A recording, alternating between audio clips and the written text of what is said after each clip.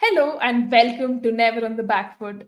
In today's weekly live show, we will discuss the blockbuster matches this week at the ICC Men's ODI World Cup 2023 with our very special guests and ardent cricket fans. We have Anshul, Sanchit, and Siddharth joining us. But let's give you a quick intro of who they are. Anshul seamlessly combines his professional expertise as a data scientist with his unwavering passion for cricket. Having proudly supported the Australian cricket team for decades now, his love for the game runs deep. Not only that, our guest also boasts of an impressive cricketing career as a right arm fast bowler representing his state in various tournaments over the past decade. Next, we have Sanchit, the 23-year-old master's graduate in sports management from the International Institute of Sports Management. He is a massive sports enthusiast currently associated with the Super Royals initiative by the Rajasthan Royals, but more importantly, is a core member and content creator at the Bharat Army Forum. He's also the major anchor and host at the Third Man Cricket Show, where his team conducts live shows and analysis of cricket matches regularly. He aspires to enter the world of sports broadcasting, and that is his career priority. Next, we have Sudat. He is an assistant producer at India Today Digital, Karnataka Tak, and is a graduate of journalism with a keen interest in sports like cricket and tennis. He aspires to be a commentator and broadcaster one day. He developed an interest in cricket in the very midst of the 2011 Men's World Cup and became a fan for life post India's win. A warm welcome to our panelists and thank you to all the viewers who have joined us today. You can share your thoughts, questions, feedback, basically anything in the comment section, and we will be happy to address them through our conversation. So, to give context to this discussion, we'll basically be focusing on matches from 5th November till yesterday's India versus Netherlands match. So, we have a lot to look forward to, and without further ado, let's get started. Let's focus on match 37, India versus South Africa. Now, India, of course, continued their stellar form this World Cup, notching that eighth consecutive win and pretty much left South Africa listless. So let's start with Sanchit on this one. Now, how would you, rate that win? India won the toss and decided to bat first. So, do you think it was a good decision up front? And watching the match live, what was your experience like? To be very honest, Neha, I mean, first of all, thank you for such a great introduction of all the panel members, and it is so great to have such variety of personalities on this panel. And to answer your question, I mean, India versus South Africa in this tournament was always about the two big horses, the battle between the top two of the table, and the match didn't pan out the way it was hyped out to be because India is playing on a whole different level. I mean, you saw what happened in that particular match, but I'll tell you a story about that particular match. I mean, before the match at Eden Gardens, I was fortunate to take interviews of certain fans, and I mean, it is so rare. I mean, usually in a World Cup, when we are in this crunch situation, you would see the nervousness on the faces of Indian, especially so close to the knockouts. But this time around, each and every fan that I interviewed, each and every fan that I talked to, they were pretty confident about any other team. I mean, even if you talk about New Zealand in Dharamshala, people are like, "Ha, chalo, theek hai, we'll beat them," because of the form that the team is in, and the coordination between the team, the togetherness of the team, it all contributes to the overall mood of the fans as well as the team management. So I think that contributed a lot to the atmosphere outside Eden Gardens, and every fan was optimistic, even though South Africa were even dominating all the oppositions before that particular game, and that actually showed in the game itself. And I think batting first was the right decision because we all know Rohit Sharma's love affair with Eden Gardens, and he did give us a good start in that particular match as well. But I mean, Eden Garden, it has to be all about Virat Kohli. That famous innings, the entire Eden Gardens were waiting for that special fairy tale kind of an innings on his birthday, and that actually happened.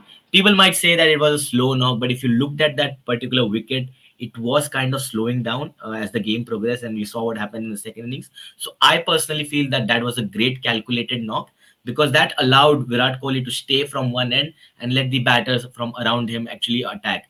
I think Shreyas Iyer played a good knock. Sky also he tried to go for a good knock as well. Jadeja did his finishing. So that allowed us to put up I think we scored about 30-40 runs more than par on that particular wicket. And South Africa had no choice of a comeback in that particular match. So I think it was a complete team performance.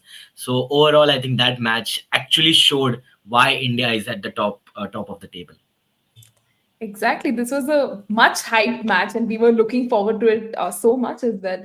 Now, even when you look at India's batting performance, you had Rohit Sharma score that brisk 40, you had Virat Kohli's 101, even Shreyas Iyer's 77 really, set the platform, right, for that big total. But that late flourish from Jadeja and Sky, I think, was the final nail in the coffin that enabled India to reach that competitive 326. So I think I'll direct this question to Siddharth. Like, how impressed were you with that performance, and do you think it was India's best batting through the tournament? Oh, definitely. I think the batting was really on point. It was clinical, and of course, you can say the batting against Netherlands really flourished. We had it 410, almost 410 runs. But I think against South Africa on a tricky wicket, I think Kohli's batting was exemplary. It's a proper birthday special. Of course, you would have probably Kohli fans would have liked the more flourishing 100 with a lot more delightful, strokes a little more fast, perhaps. But you know what? This perfectly kind of encapsulates what a team player Kohli is. His birthday special probably needed to show why he's a team player. Of course, we would have liked the 100 of 70 balls, 80 balls. I would have liked, yeah, of course, a much faster knock. But a birthday special had to show that he's a team man. And he played, this kind of reminded me of his knock in 2008. I think this was in South Africa. India toured South Africa. He hit a 160 yard on a pretty slow wicket as well. It was a really, really good knock. I recall this knock really well. I forgot the pitch, but I recall this knock really well. It was a slow wicket, it was spinning, and Kohli really ran, and got a 160 not out. And that was when it was at the peak of his powers. This kind of reminded me a bit of that. I loved how clinical the batting was, and as Sanchi told, they were definitely 20 to 30 runs par. But that shows the kind of form India is in. They can set totals, they can exceed expectations, with the ball. They're literally this Indian team is a juggernaut in every way, and they show that, and that was really impressive. And I think it was a no-brainer, frankly, to win the toss and bat first, or knowing South Africa's chinks when chasing. So it was a good decision, but I certainly did not expect South Africa to fizzle out and crash the way they did. I mean, you always knew chasing was going to be tough against with such a total on board. But I'm a little disappointed too, because it was 1 versus 2. You would have liked a much bigger match. I think I was a little disappointed, but overall, wow, it was a superbly impressive performance from India to beat the number 2 table, the number 2 team on the table so well. That just shows how good this team is. That's actually true, and it was quite disappointing to see how even the South African bowlers were just able to like pocket one wicket, and somewhere were not able to penetrate that Indian batting as well. So, Anshul, what are your thoughts on like what really went wrong with South Africa? Because through the World Cup, we've seen they have a reputation of putting up those big totals, but their bowling really takes time to come to the party. So, what did you make of it? I think a lot of talk about this entire Indian campaign has been around about how Rohit Sharma has provided that brisk start at the top of the innings, how Virat Kohli and Shreyas Iyer have navigated through those middle overs, and at the fag end, how KL Rahul, Jadeja, and rest of the company have actually capitalized on the platform set up by the top order and middle order batters. But I reckon during all these conversations, the Indian bowlers have actually gone under the radar. I mean, every day, if you don't really see every day that a bowler who is coming from bench picks up 14 wickets in the first 3 games that he plays, that too in a World Cup, right? I mean, special mention to Mohammad Shami over there, because just ever since Hardik Pandya has got injured and he has come into the side, the Indian side has looked even better from the point where they started. I mean, the first couple of games, particularly against Australia, they were reduced for 3 for a paltry score of 2, and from there onwards it could have gone worse had Mitchell Marsh held on to that catch of Virat Kohli. I reckon the team score was 20 over then. So there were a few things that India could have done better early with the starting 11 that they had picked, but I reckon ever since then they have I mean, the injury to Hardik Pandya has come as a blessing in disguise, if you can say it like that, because to play a team where you have got somebody like a Sky and Mohammad Shami who can literally bowl in any phase of the innings, I reckon that is something that's going to put a lot of pressure on the opposition as well. And considering the way the Indian bowling had come through it, heading into that game against South Africa, there was a lot of pressure on the South African batters as well, because let's face it, following Marco Jansen, they don't really have that much of a batting, and Marco Jansen bats number 7. We all saw how close their game against, I reckon it was Bangladesh, went, where they literally won by 1 wicket, where Keshav Maharaj scored those winning runs.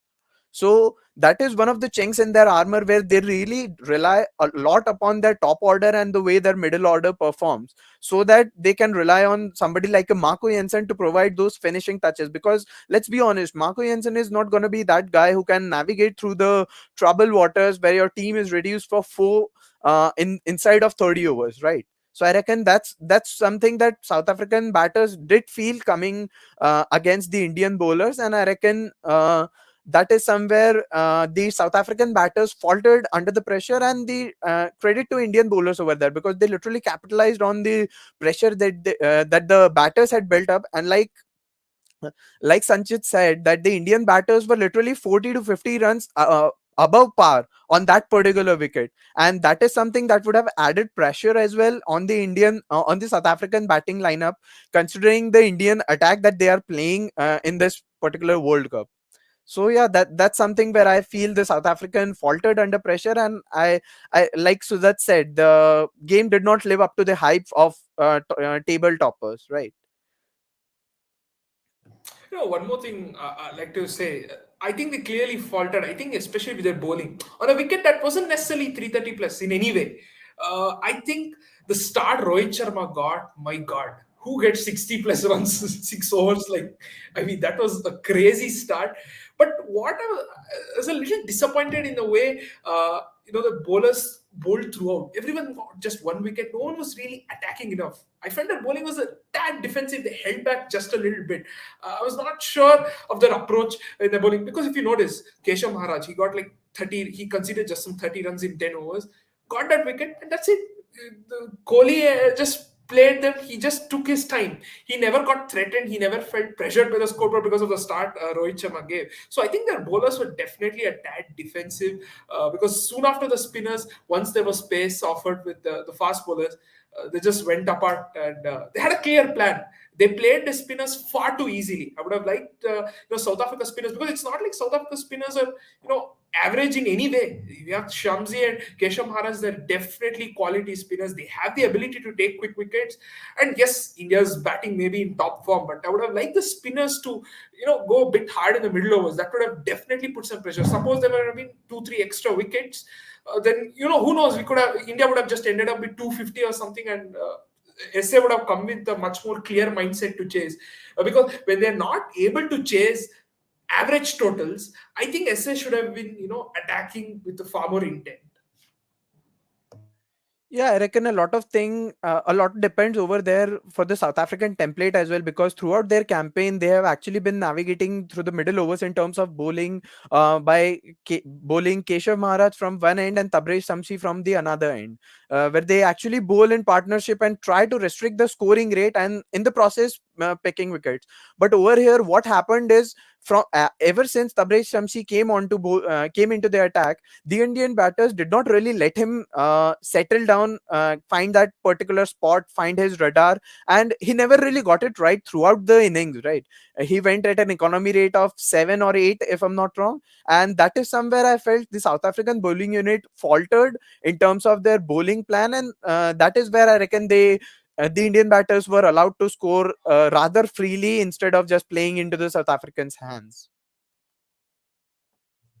Definitely. And we have a question coming in as well in our chat, that will India be finally able to, break this things in ICC World Cups? So I direct this question to Sanchit, because, he's watched the team closely, play in the stadium live across all these matches. And we see the kind of camaraderie that the team is sharing. So do you think this is actually our chance to break the jinx? To be very honest, I think this is our best chance in probably ages. I know that we all like to talk about the 2019 World Cup, where we all talk about the heartbreak that we faced against New Zealand in the semi-final. But somewhere I feel that this campaign, this run of tournament that we have had so far, it has to be our best. I would say arguably maybe at par or even better can be debated by that 2011 campaign, the winning campaign, I would say, because the domination, the kind of domination that this team has shown so far, it has been really amazing. And I know that people who would just look at the scorecards would say that "Arey, it has been just an easy ride. We haven't faced any challenges." But to those who actually watched each and every matches, would actually know that there were lots of challenges that we faced in those matches, and we overcome that to win those matches. The first game, I mean, 2 for 3 against Australia. You have your openers out. Kohli was struggling, that dropped catch, and then from there you managed to complete the chase in without any trouble. That actually showed a lot of character. We were in a similar position in 2019, the last World Cup match we played before that Australia game, and we did overcome whatever we faced in 2019. So I think that was the start of how mentally strong this particular team is, and it doesn't stop at Australia. I mean, even against Pakistan for that matter, 155 for 2, they were playing absolutely well. Babar and Rizwan, they were looking to score maybe about 300, and then that spell of Jasprit Bumrah, Mohammad Siraj, they completely blew that Pakistan team away, and they could not recover from that particular moment, maybe for this entire tournament itself. And the list keeps going on. And to talk about the jinx of knockout, I mean, there were lots of other jinxes as well in this World Cup. Maybe we can talk about the New Zealand jinx. We haven't beaten them in the last 20 odd years, and we did so in Dharamshala. Maybe it wasn't an easy game. I mean, we all know the hiccups that we faced in the second innings in that run chase. So this team is, I think, mentally pretty strong as compared to the last few teams that have played in this particular tournament. So I would be pretty confident that this is our best year. If not, then I don't know when we will actually have that triumph. But I feel that this is our year, and we shouldn't be like, I don't want to sound pretty arrogant, but we shouldn't be losing pretty badly against any other team in this particular tournament just because of the level of dominance that we are playing. Maybe Australia, I think, is at par because of the way that they came back into this tournament, losing first two, and the way that they just came back. I mean, you kind of expect that from the Australians. You never actually write them off, even after losing the first two matches. So I think India and Australia, you can't really write them off. So I would say it is a very bad. Only a bad choke can actually prevent us from reaching the final. No disrespect to New Zealand. I think on cricket point of view, I think we should be better on that day in Wankhede. But you never know. I mean, we don't want to see that 45 minutes of bad luck ruining the game. But those 45 minutes of bad luck have happened in the past in this particular tournament. So that gives me hope that even if it happens again, this team will know how to bounce back from that situation. I mean, if a team can win and chase 293 after being 80 for 7, you never know. I mean, even India can do that. And you know what? As Sanchit said, I perfectly agree. This is the best chance India's got. The kind of players we have the perfect blend of youth and experience, and not just that, everyone is in form. If I can sum this Indian team up, it's a synergetic symphony. There's no other way I can put this team. There's absolutely everyone is in form. The exact opposite of what happened to England. Everyone had rotten form this tournament, apart from the last two games. And the exact opposite happened to India. Everyone got out of injuries at the right time. And not just got out of injuries, it's like as if they had a refreshing 1 year break. They, rebooted their bodies and just came to this tournament with full gusto. So that's what you see with this Indian team. And, let's be clear. Even if Virat Kohli plays another World Cup, this might be the last World Cup Virat Kohli hit such a peak. He's played like the Virat Kohli of old. Many of his knocks remind us of that. So I'm not sure we'll see senior players having another World Cup with this kind of peak. And we have players like Shreyas Iyer coming up. He's playing his first World Cup. He's playing well. And this generation of fast bowlers also, we might see a transition from next time around. We don't know how fit these same bowlers might be for the next World Cup. So I think all that put in, of course, my judgment as being an RCB fan for years has kind of polluted my judgment and discretion with India. You always tend to think, we're chokers in knockouts. We somehow find ways to screw up in knockouts. I can't trust this team. I'm still going to admit it. That still haunts me somewhere. But if there is any chance India has of breaking this knockout jinx, I think it's this time. And it's only fair we kind of win against New Zealand. Of course, New Zealand are chasing their first World Cup as well. But the kind of form India is in, I think it would only be poetic justice if we win this World Cup. There's no other way I can put it. Definitely. I think every time, whenever India has entered any ICC tournament, the talk has been about whether their bowlers would be able to match the kind of performances that are being put up by their batters. And fortunately, this time around, it does feel like pretty much everything is coming together for Indian team, because their batting is clicking, their middle order is clicking. At the same time, their bowlers are clicking as well. You've got somebody who's coming off bench and then just making sure you can't really leave him out of the team, thereby allowing you that little bit of freedom that comfort in terms of your batting department, where you can actually go on to play 7 or 8 batters as well and not really worry about your bowling combinations. And not to forget the wrong footed and swinging menace who recently picked up a wicket yesterday. So I reckon this time around, if India are to break that jinx, their bowling would be one of the reasons that they go on to do it. And this has been said for years now, that Indian bowling needs to step up. And just this time around, I feel that the Indian bowling is actually complementing their batting and their fielding. And I reckon, yeah, like Sanchit and Sudat said, this is India's best chance to break their jinx of choking in an ICC knockout. Again, we have an interesting question coming in of do you see any chance of having only 5 regular bowlers, and will this hurt India in the knockout stages? Now we've seen how Hardik Pandya is ruled out because of injury, and the last game witnessed Rohit Sharma experimenting with a lot of bowlers, and Sanchit's chant of Kohli co-bowling though actually coming true, right? So I'll open this question to either of you to take it on. So do you see this hurting India potentially?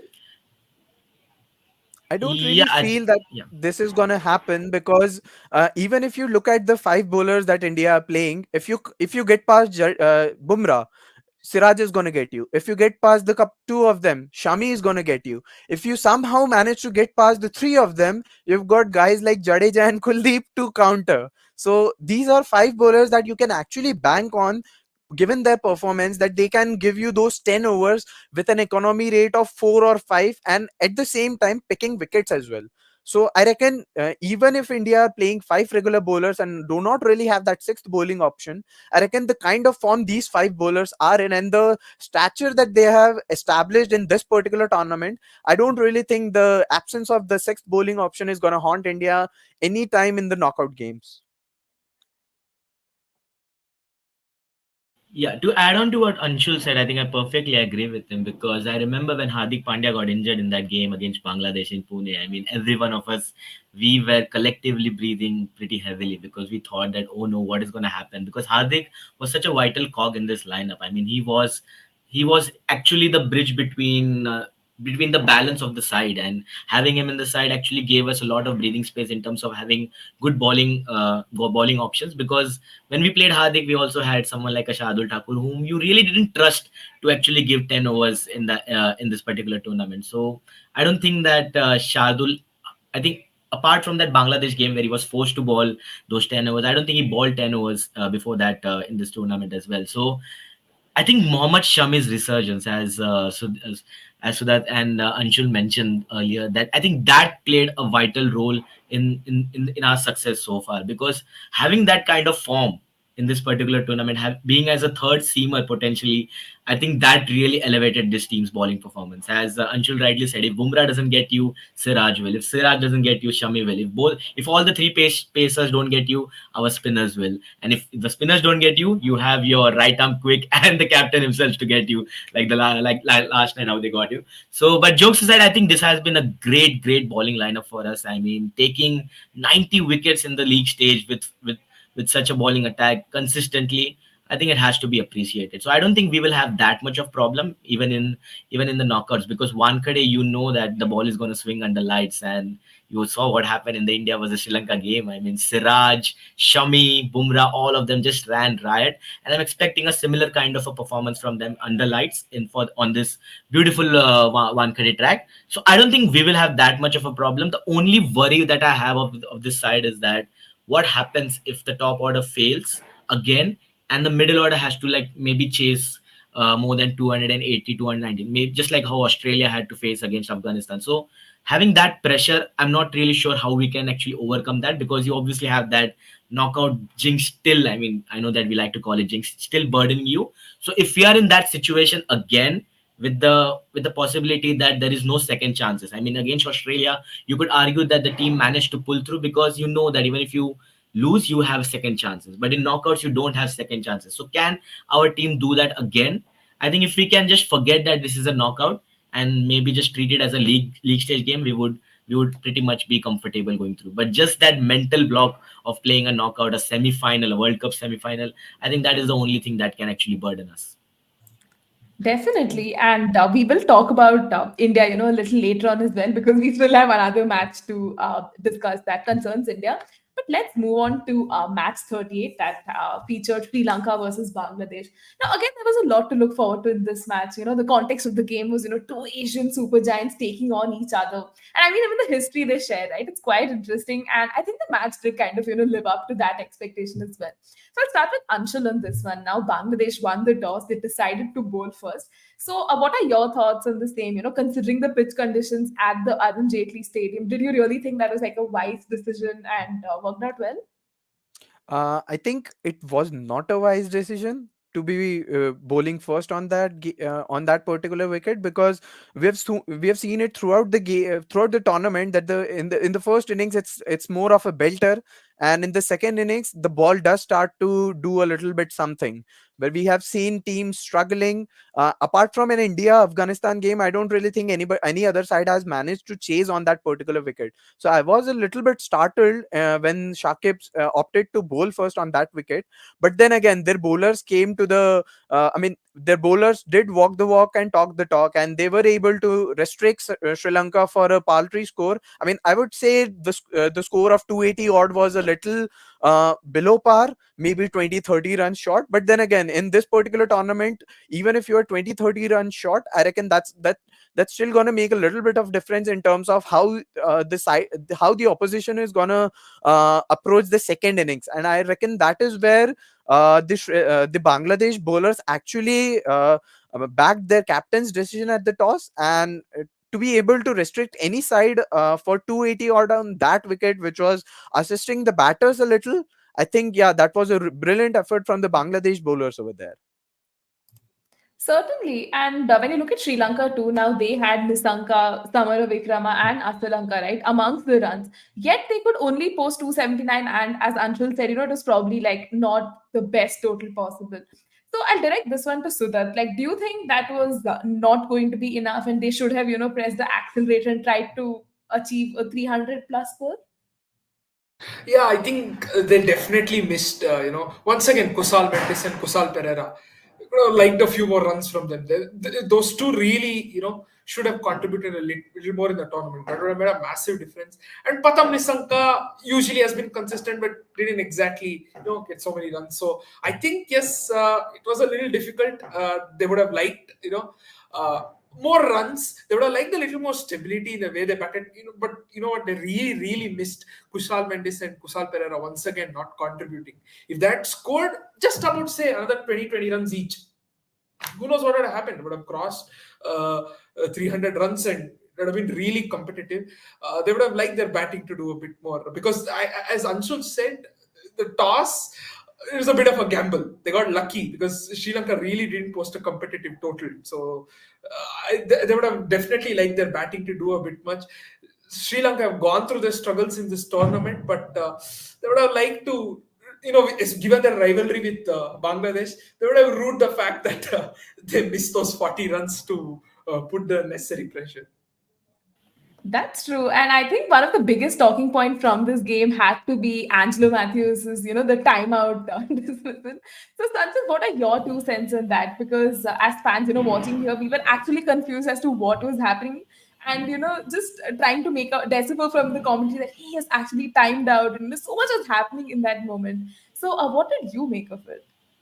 I think when it comes to Sri Lanka versus Bangladesh, you know that there is no shortage of drama. I mean, this rivalry has always been at its best, maybe an underrated rivalry, but whenever you talk about them facing off in Asia Cup or in any other ICC tournament, you know that things are going to happen. And this match, once again, lived up to that expectation, because I think this is the first time in a World Cup it has happened, the timeout. I mean, it's such a rare kind of a dismissal, and I'm sure that Angelo Matthews would never want to forget this, and he will always, like, I remember one tweet on Twitter when Sri Lanka played in the next match. They said that Angelo Matthews has already picked up his guard before the toss has even happened. So that actually shows that how much of an impact it has had on Angelo Matthews. But I think it even had a debatable point whether he actually crossed the 2 minute mark in that particular dismissal, because I remember even Matthews posted on his social media that he didn't. He posted a video as well.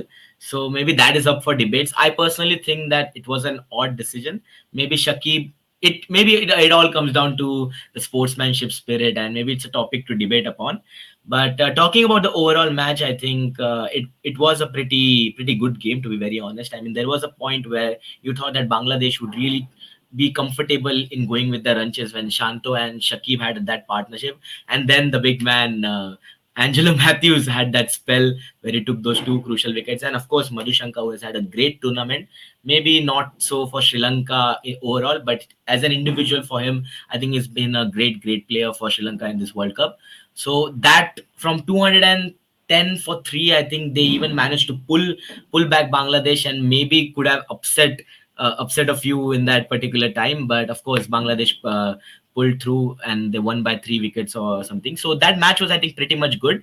But of course, the talking point has to be the timeout dismissal of Angelo Matthews.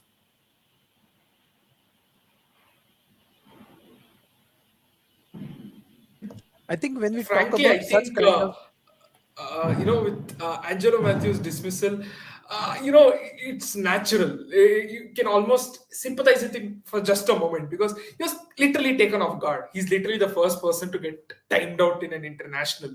So you wouldn't expect, logic from him at that moment and rationality, and expect him to say, you know what, this is within the rules. He tried with proof and everything, but I think there is really no reason for debate. To be fair, just sit down, think it through properly. Yes, it's unfortunate that he became the first victim for it, but that doesn't make it wrong.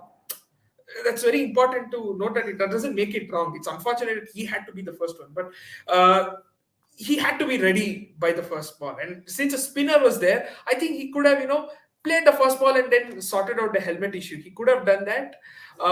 Yes, he was unaware that he would get timed out, but that still doesn't make it wrong. I guess it's now important, like just like non-striker runouts. You needed first few examples for batsmen to, be careful. They're not going to back up like they used to before. So he's probably one model everyone needs to follow and say, you know what, okay, we need to sort this out. We cannot take our own sweet time. And I wouldn't call Shakib's appeal wrong. He did what he had to do for the team. I wouldn't say it's not in the true spirit of cricket. If anything, if there's an opportunity, why not? So I don't think there should be too much debate around it. It's just that batsmen have to, like the case of non-striker runouts, you have to stop backing up. You have to stop wasting time. There's some corrections that batters need to, bring in from their side. I think now, so that you've talked about the spirit of cricket, I reckon pretty much everybody of all of us are up for such kind of dismissals. I mean, the non-striker run out or a timed out dismissal per se. But I reckon in this particular case, it was not Matthews' own mistake that he suffered an equipment malfunction. I mean, I'm all for such kind of dismissals, running out the non-striker when he's trying to take an advantage, or timing out a batter when he's deliberately trying to slow down his walk from the dressing room to the wicket. But over here in this case, this was not really deliberate from him. He did make his stride. I reckon it was 15-20 seconds before before the timer had run for 2 minutes, and from there onwards he had an equipment malfunction. So if you look at the batter's intent to get to the crease, he was there before the clock ran out. I mean, he was significantly he was there significantly before the clock ran out. So I reckon this was not a deliberate delay from his end. It's not his fault that he had a equipment malfunction, right? I mean, if you talk about him facing a spinner and without a helmet, I'm all for such kind of applications during the game. But then again, we have all been through these kind of situations where even the spinners have somehow managed to bowl a bouncer or something, and let's not forget what happened to Phil Hughes when he was struck by a bouncer, right? So I mean, it is fatal. Smith got concussed by a bouncer, although it was from a fast bowler, but then again, it was a concussion, and he still suffers from vertigo because of the effects of that bouncer, even though it has been 4 years since he suffered that concussion. So this is something that I really feel, if the batter is doing it deliberately, if he is trying to delay his walk, then again it is against this, it is well within the rules to run it batter out, because of course he is trying to gain an advantage over there by breaking the bowler's rhythm. But if in situations like this where the batter is not deliberately trying to do something like this, not trying to gain an advantage, I reckon doing such kind of things is definitely against the spirit of cricket. And I say this, having come across this debate of spirit of cricket for, I reckon, last 4 to 5 months, following that Alex Carey dismissal at Lords. So I still feel that if you are not trying to gain a deliberate advantage against the opposition, you can actually take your time to make sure that your well-being is taken care of when you are facing a particular bowler, irrespective of the fact whether that is a spinner, a medium pacer, or an out and out fast bowler. I'd like to say, like, okay, maybe partially to an extent, you may be right. This is not deliberate, but I think it's still within the rules, and it maybe such a dismissal was needed to get awareness that you need to use your 2 minutes and get ready. So yes, again, I sympathize with the fact that he had to be the first victim. I once again reiterate that I sympathize. He was completely unaware. He had absolutely no idea that taking that extra 10 or 20 seconds to get his helmet right for his own safety would cost him his wicket. But this also kind of brings into debate, should we really appeal or rescind non-striker runouts and timed out dismissals? Would rescinding be allowed? Of course, no team would rescind, stumpings. But there is this option of rescinding non-striker runouts and, timed out dismissals. That kind of brings into question, these are also fair form of dismissals. I feel unnecessary stigma has been associated around it. And, team has the option of rescinding and taking some kind of non-existent moral high ground. I don't feel that's right. Probably some law should come into place where, you can't just rescind decisions like that. Of course, every decision, a team can take a call and say, okay, we want to take it back. But I think there should be something in place where teams just can't rescind decisions like this. And, out is out.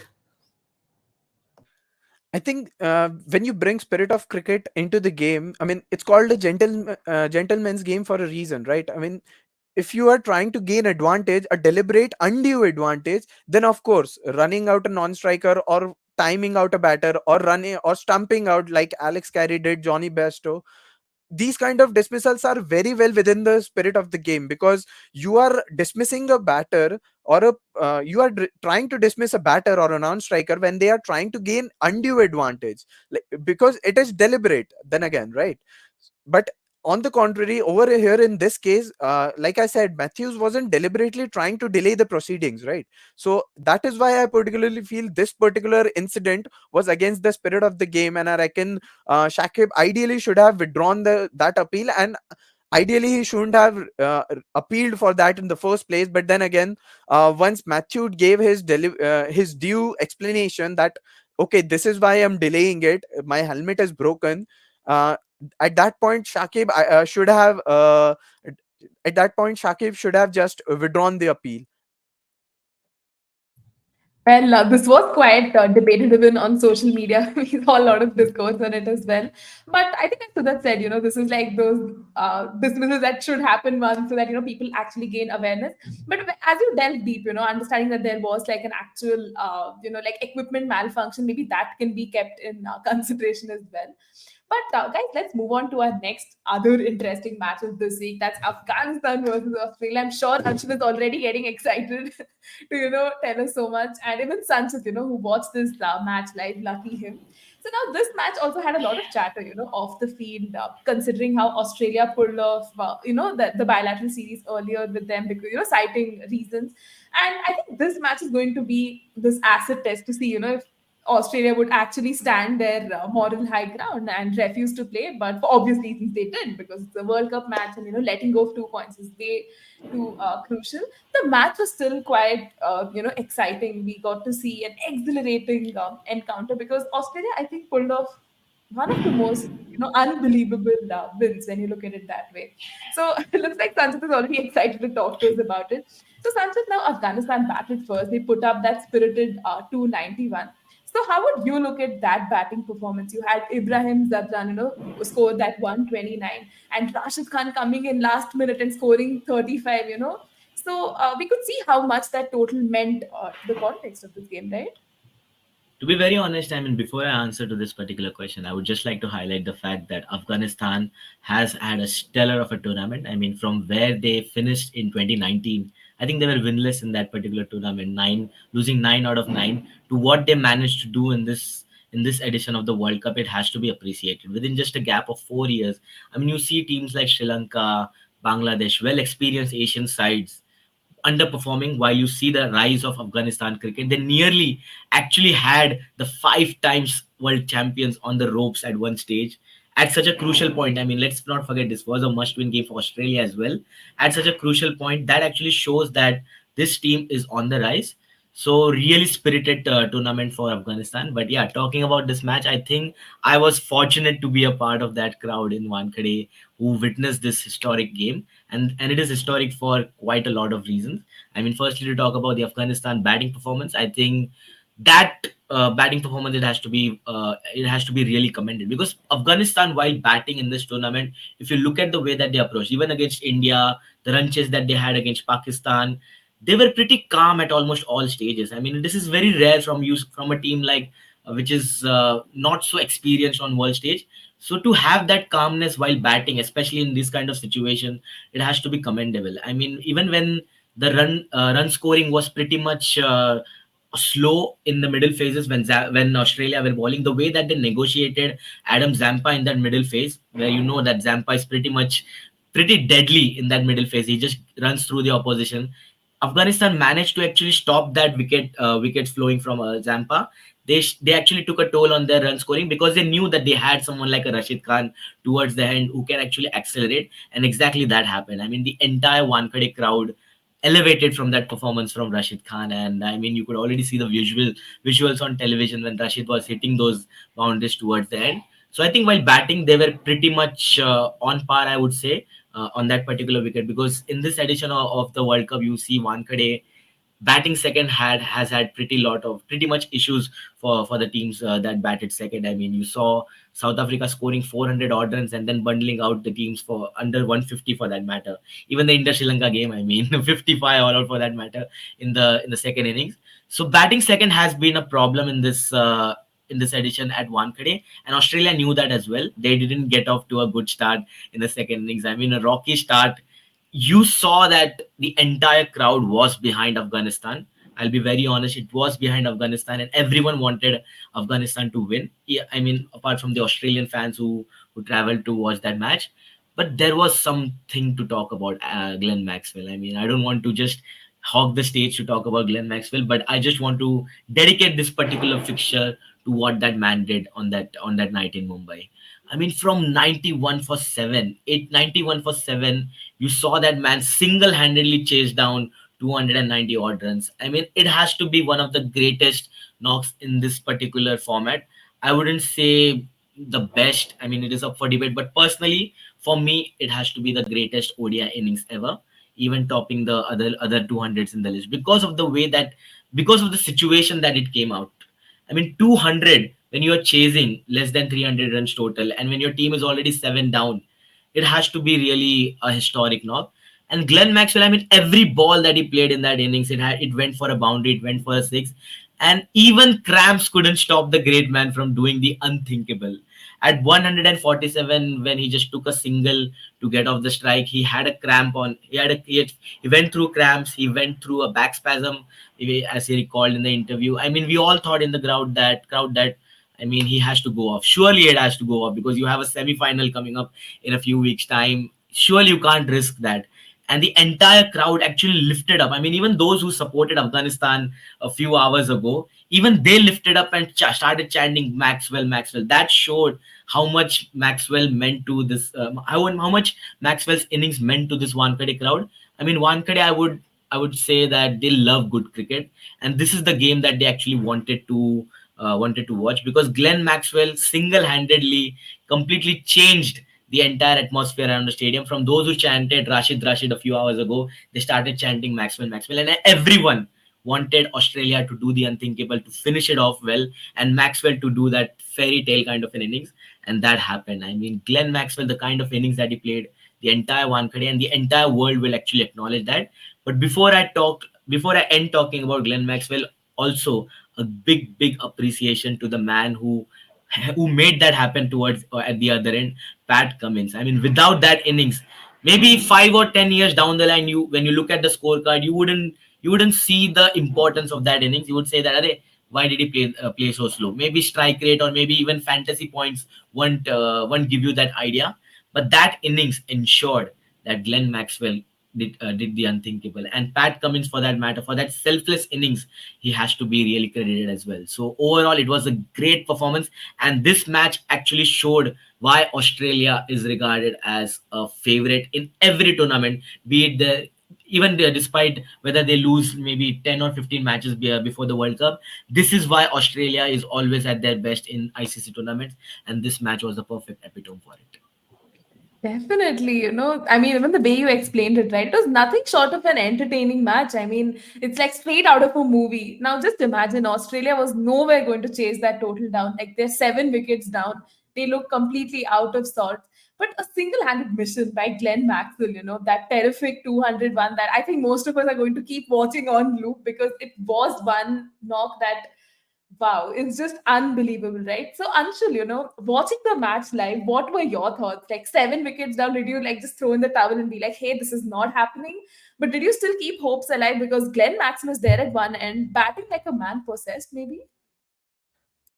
Well, if there's one thing that I've learned following Australian cricket for a couple of decades now, is that we never give up.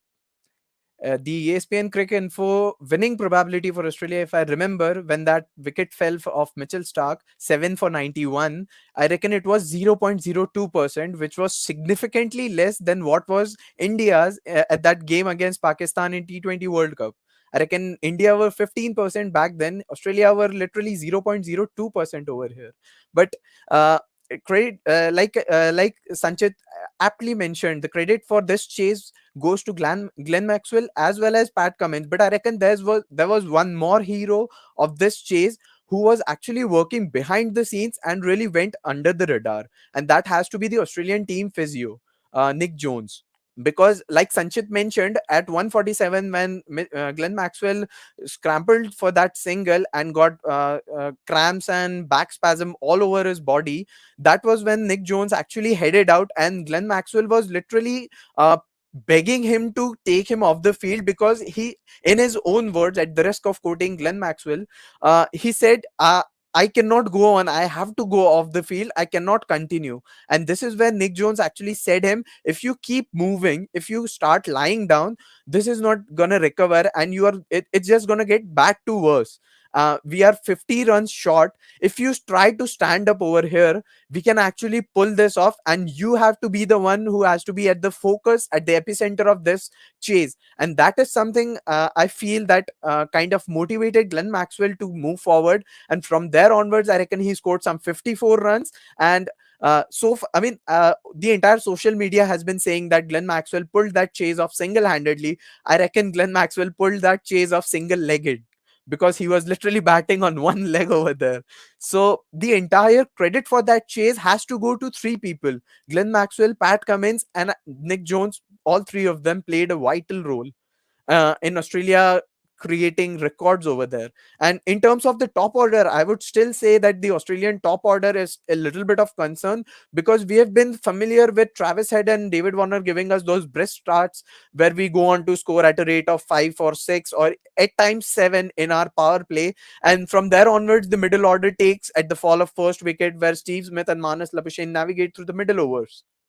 But I reckon that was something where the ball was doing a lot under the lights, and credit to Afghanistan bowlers over there, because they kept hitting those right areas. The ball, they kept bowling in those nagging channels, and kind of forced the Australian batters to make mistakes. I mean, if you look at the Marcus Stoinis dismissal over there, that was a really forced dismissal from Rashid Khan over there, because Marcus Stoinis was in no position to predict the which way the ball is going to turn, and thereby he went on to play one of those shots that I have never really seen him play a reverse sweep, and that is something where he tried. This goes on to tell you that the batter was not at all assured which way the ball is going to turn, and he was just trying to read it off the wicket instead of the bowler's hand. And that is something where I feel the bowler has got a little bit of advantage and the edge over the batter. And I reckon great for Afghanistan over there to reduce Australia for 7 for 91 on that kind of a wicket. But then again, it was one of those nights where just everything goes your way, where Glenn Maxwell got put down for a couple of times.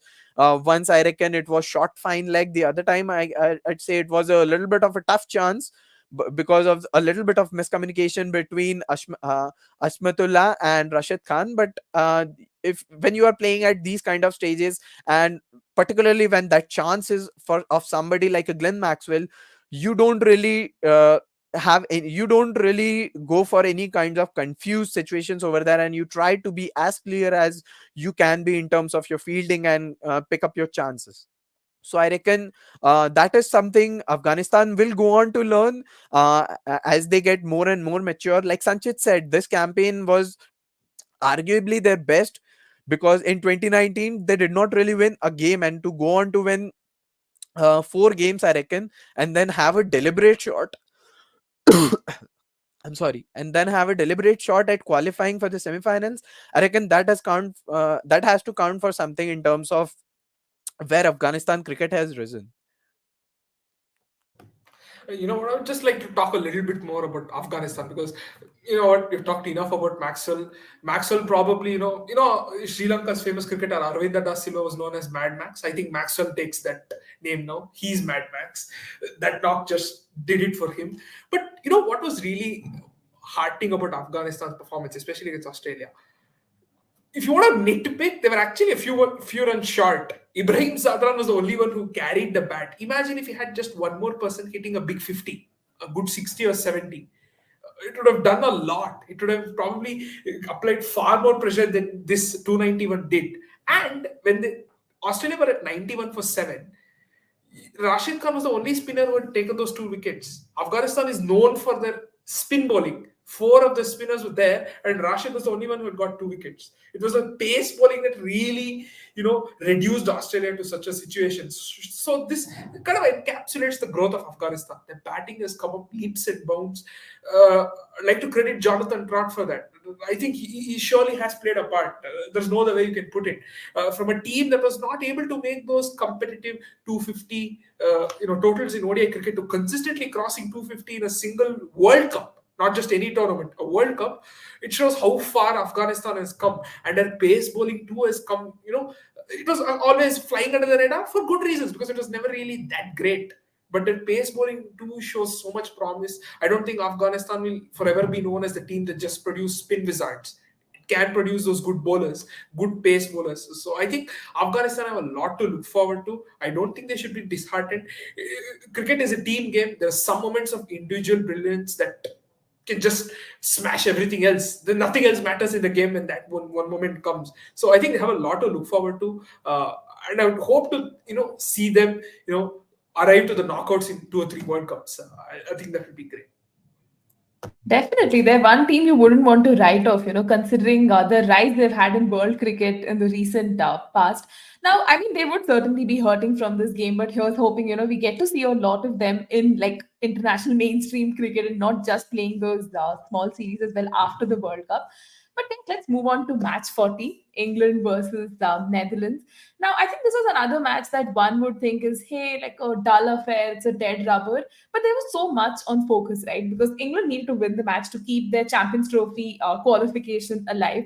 And Netherlands, of course, to ensure, they were also in the reckoning for Champions Trophy. And somewhere there's this outside chance of a semi-final, qualification.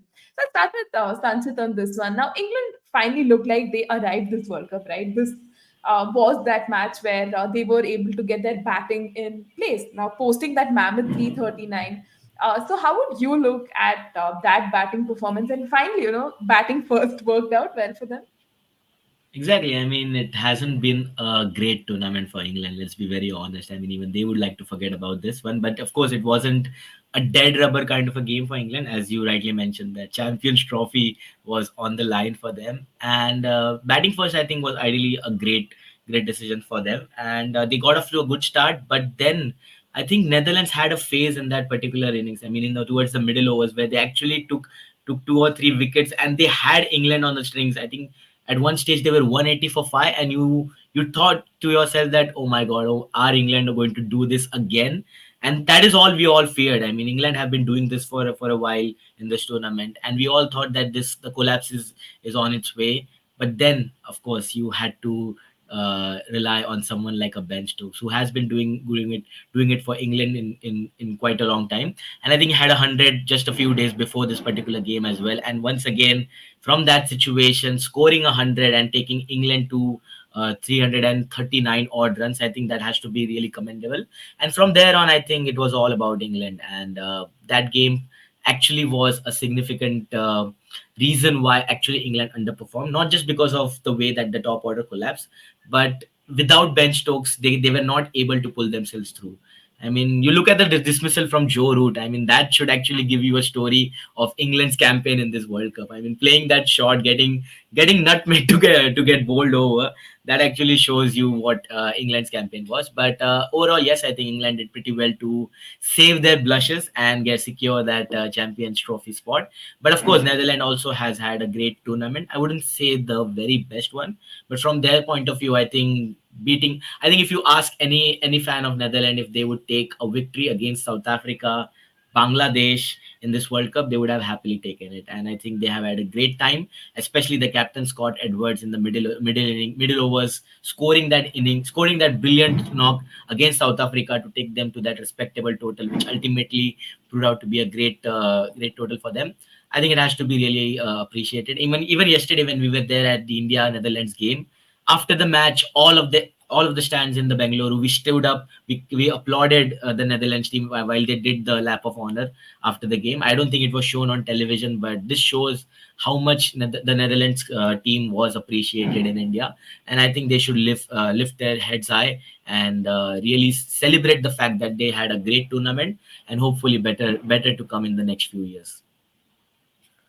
I mean, to add on to what Sanchit said, I mean, at the start of this tournament, if anybody would have told the Netherlands team that you are going to defeat South Africa in this World Cup again, and you are going to end up with a couple of wins under your belt at the end of this tournament, they would have happily taken it, given the fact and even in games against Pakistan, they were rather competitive, and it did not really look like any like they had given up their weapons, or they're just they're just trying to play the game just to so as to get to the end of it.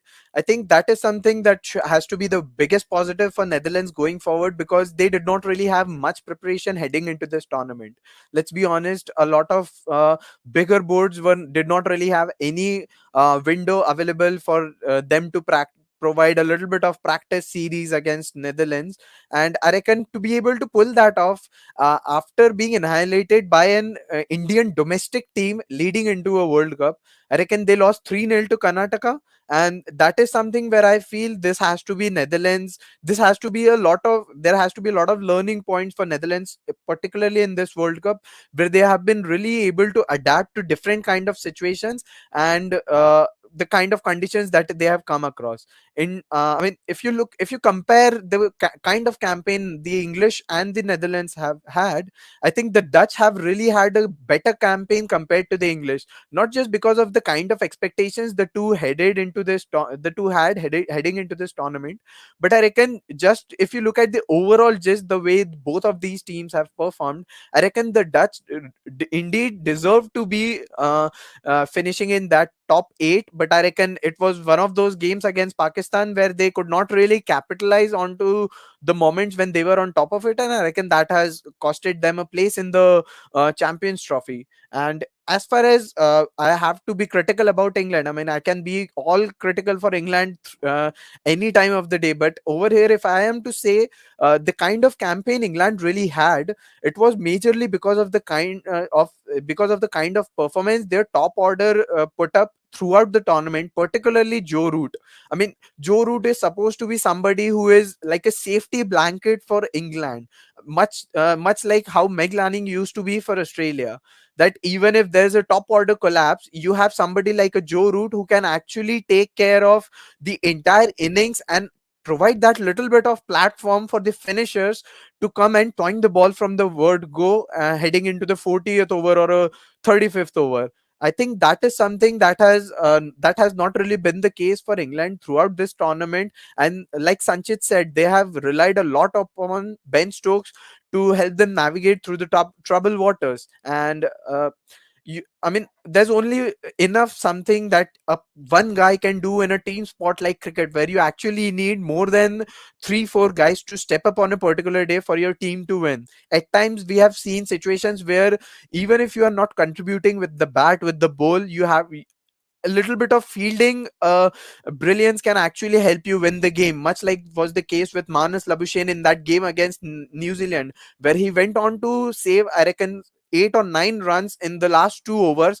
which actually made the difference between the winning margin and what New Zealand ended up with. So I reckon these were the kind of things that were really absent from the English team altogether in terms of all their departments. I reckon this is something that was missing, and it was no surprise the kind of tournament they had. I mean, I wouldn't have been surprised had they ended the tournament at probably a ninth or 10th position. But then again, given the fact that they had easier games towards the fag end of the tournament, I reckon that is somewhere they had some face to save, and thereby ended up qualifying for the Champions Trophy.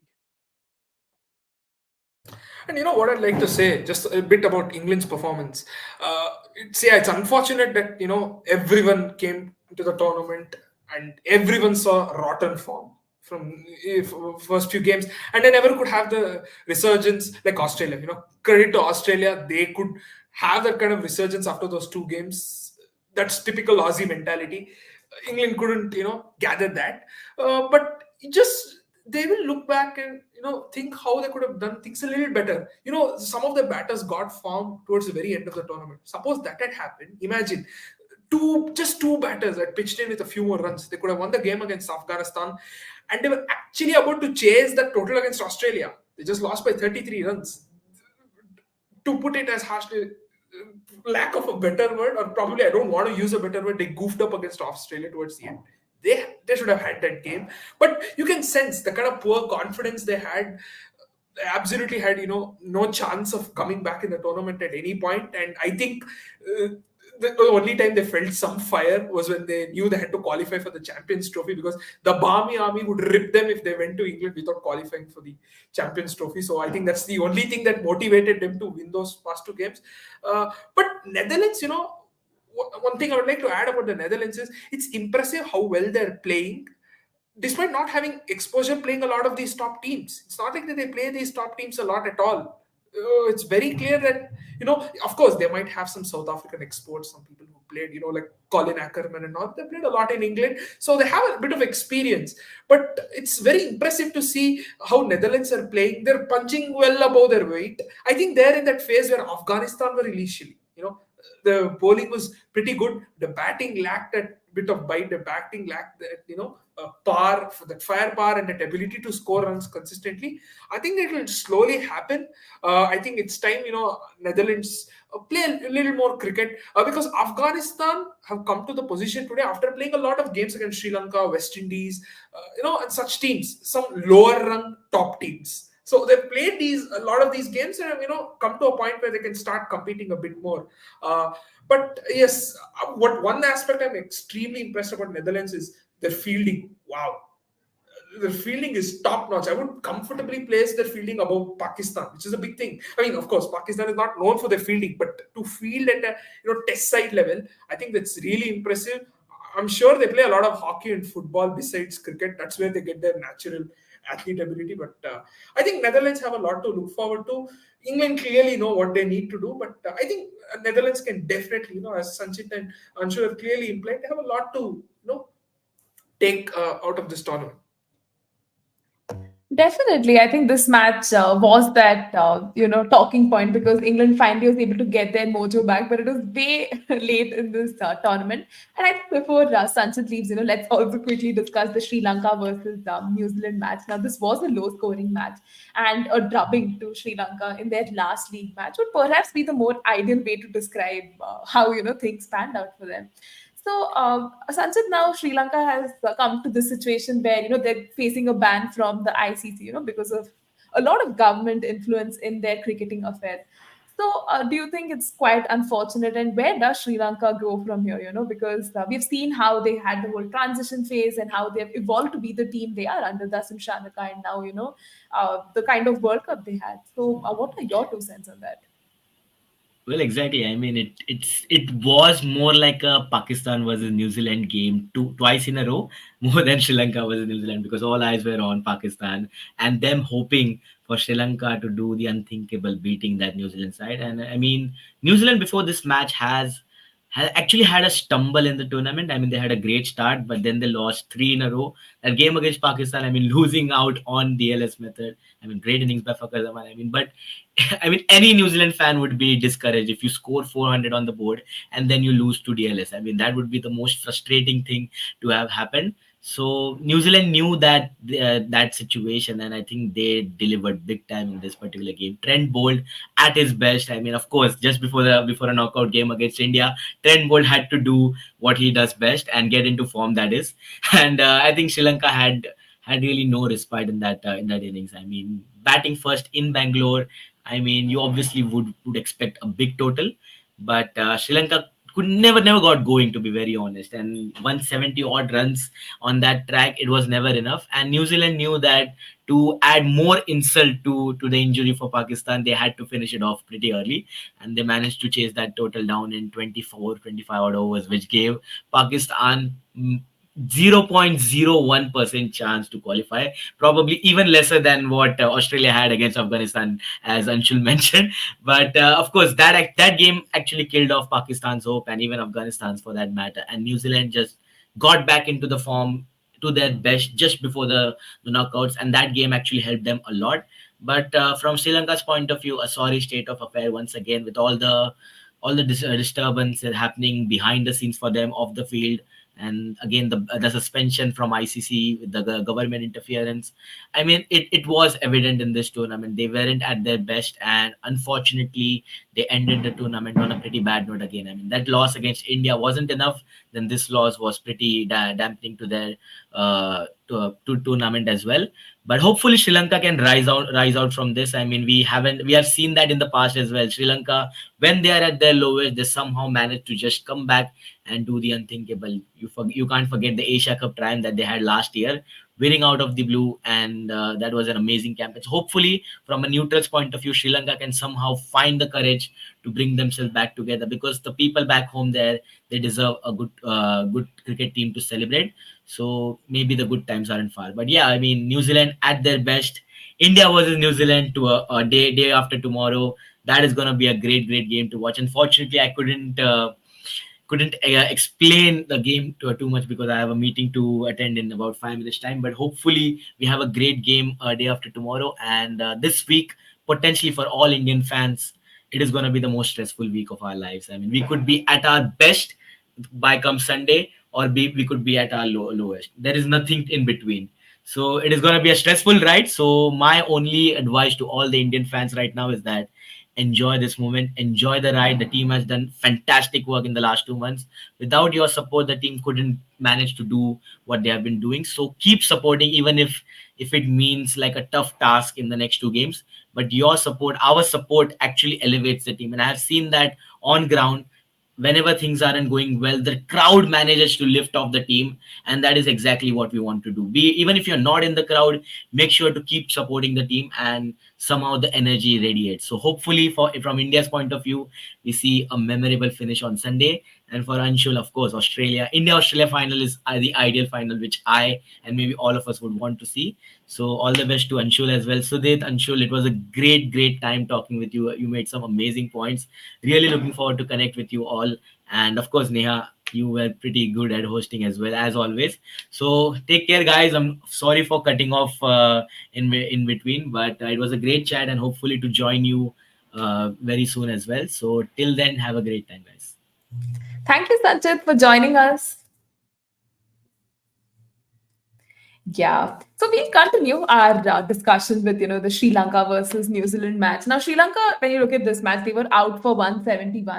And a lot of things went wrong because you had Kusal Pereira who made that 51 of 28. But then literally no one else in the batting stood up. That's when, Tikshana's 38, which almost felt like a test knock, was the only saving grace. So, Anshul, I'll direct this question at you. What do you think went wrong with that batting? Do you think the New Zealand bowling was just too good for them, or were they just not able to come together as a unit? Think I like to count over here the Indian jinx that whenever there is an India versus New Zealand game in a knockout fixture, somehow the Kiwis tend to find their best groove. And I reckon that is something that happened over here, because throughout this entire tournament, we have actually seen the Kiwis being injured, having lots of injuries in their camp. And from my personal experience, I can say it that it's never easy to make a comeback after being injured for a couple of months, which is something that Lockie Ferguson did manage to put up. In that particular game, he was brilliant. He was unplayable. He was showcasing that a great amount of control over the ball. And I think that there's no word for somebody like a Trent Bolt and Tim Southee, because the kind of experience that the two of them possess. I reckon this is something that it feels like the New Zealand unit is, after all the hiccups throughout the tournament in terms of injuries and forms, the entire unit is coming through all together. And there's not a really word you can say about Kane Williams' captaincy, because we have seen it ample amount of times where Kane Williamson has actually managed to get a win for New Zealand just on the basis of the kinds of decisions that he makes. And this was one of those games where he was really able to navigate through his bowlers in a very significant and impactful manner. And I reckon that is somewhere the New Zealand bowlers were holding an edge over the Sri Lankan batters, and they were just too good on that particular day. And did not really give the Sri Lankans any chance to regroup after that. And there was no sense of reinforcement as well in terms of the Sri Lankan cricket, given the fact that they had been like their entire administration had been terminated just before the start of that day's play. So it just went from bad to worse for Sri Lanka, and I really hope they can sort this kind of mess as soon as they can, because this is not something that you really expect of somebody who has been brilliant on the international level for decades, if not years. That's actually true. And, when you look at this match, Sri Lanka would definitely, want to relook at some of the strategies they applied through the game. And New Zealand will definitely take a lot of confidence going ahead as well. Now, let's focus on match 42. That was Afghanistan versus South Africa. So, as we discussed earlier, Afghanistan was certainly reeling from that loss, right? Carrying hurt from that previous encounter. But this match versus South Africa was certainly quite a thriller, right? The run chase that South Africa pulled off, till the last minute, we were like, hey, could Afghanistan actually pull off a win? But South Africa, being South Africa, eventually end up, winning that. So I'll direct this question to Siddharth. What were your overall thoughts on the game? Now, Afghanistan won the toss. They decided to bat first. That was quite a confident, move, and not a bad total upfront. Yeah, I think yes, definitely. And you know what? Credit to them. It's not like they absolutely, crashed after what happened last match. After Maxi's magic, it's very easy to lose uh, all the confidence that you had gathered throughout the tournament. You could have easily lost your way and said, you know what, you're anyway out of the semis, because from Mujib ur Rahman especially, it would have hurt them so much that just that one drop catch missed them a chance to actually be in the semis. So there's a lot to get easily demotivated by. So I think the fact that they still managed to put 240, 244 runs on board, it's definitely creditable. And I was really impressed with Asmatullah Marzai. I think he's one of the finds of this tournament. He may not have too many excellent performances, but he definitely shows a lot of promise. A young 23-year-old, fast bowling all-rounder, something not very common in Afghanistan for sure. Definitely not something you see a lot. So I feel he shows a lot of promise, but you can sense that that still kind of affected them in some way. They couldn't really bat as well as they would have liked. But I'm really happy with the way that they batted. But also kind of disappointed again with South Africa not chasing as clinically as they would have liked, because they had already had the semi-finals in the bag. I would have liked a lot more intent in their batting. I think they played it a lot safer than they should have. It was a little boring because, see, it is one thing if you had semi-finals on the line and you want to take it, safe. You want to play it safe. You want to ensure you just get those 2 points and qualify. But the fact that they still showed that little bit of, cold feet when chasing and not really clinically chasing on what was a decent score. 244 is very much chaseable. And they could have chased it easily, within 40 overs. It's not like, it was not possible. With the kind of batting they have, yes, chasing is not something that they do with a lot of conviction, but I think they could have ended this with a lot more confidence. Sent a message to the other teams that, what, we can chase a lot better. Yes, it's an improvement. This is by far their best chase in the tournament. Yes, this is their most successful. This is their best chase. The one time they chase, well, this was it. But I would have liked a lot more confidence. This is not a sign of a confident South African team that it should have. Yes, they suffered a bad loss against India, but they know they're a far better team than that. I think they should take much more giant steps every time they chase, because the problem of chasing has been plaguing South Africa ever since this team has existed. It really baffles me how from decades any South African team somehow manages to not chase well. It's really bamboozling, but I think this team has enough quality to step up the game. If they had chased this really and clinically well, they could have sent a message to Australia saying, what, we are going to be competitors. Because the way it's looking, all the hype and build-up that I see amongst all the 4 semi-finalists, South Africa, the one that nobody is really talking about much at all. Everyone just assumes it's going to be New Zealand versus Australia or India versus Australia. Not many people are giving the credit that South Africa deserves. After a group stage like that, it's kind of disappointing that they're not making news. They could have sent a message, but they have not managed to achieve that. That's certainly true. And now, just looking at their opposition, Afghanistan, now, I think they would have wanted to end their World Cup on a high, right? Winning the 2 matches, but they lost. I mean, these are good teams. They did lose against as well. So, Anshul, what do you think Afghanistan would, want to take away from this World Cup? Any major takeaways and learnings that would actually come in handy for them in, events like this? And could we see them fare better, perhaps? I think the one thing that I really liked about this Afghanistan campaign was the way they approached targets and the way they calculated their chases. It was always the case where 2 or 3 guys stepped up during a chase and calculated it to perfection so that they can they actually ended up winning it in a clinical manner. However, like in even in this game, they could have easily gone on to score somewhere around about 270 or a 280 had there been a little bit of consistency in terms of the batting partner for Ashmatullah. I reckon he was left stranded somewhere in the 90s in that particular game, and I feel had he found a little bit of company from either of the batters who had been able to uh, build partnerships with him throughout the campaign, I reckon the score could have been easily somewhere around about 280 or 290, or maybe they could have tried pushing it to 200 with the brilliance of Rashid Khan towards the fag end with those rest work and everything.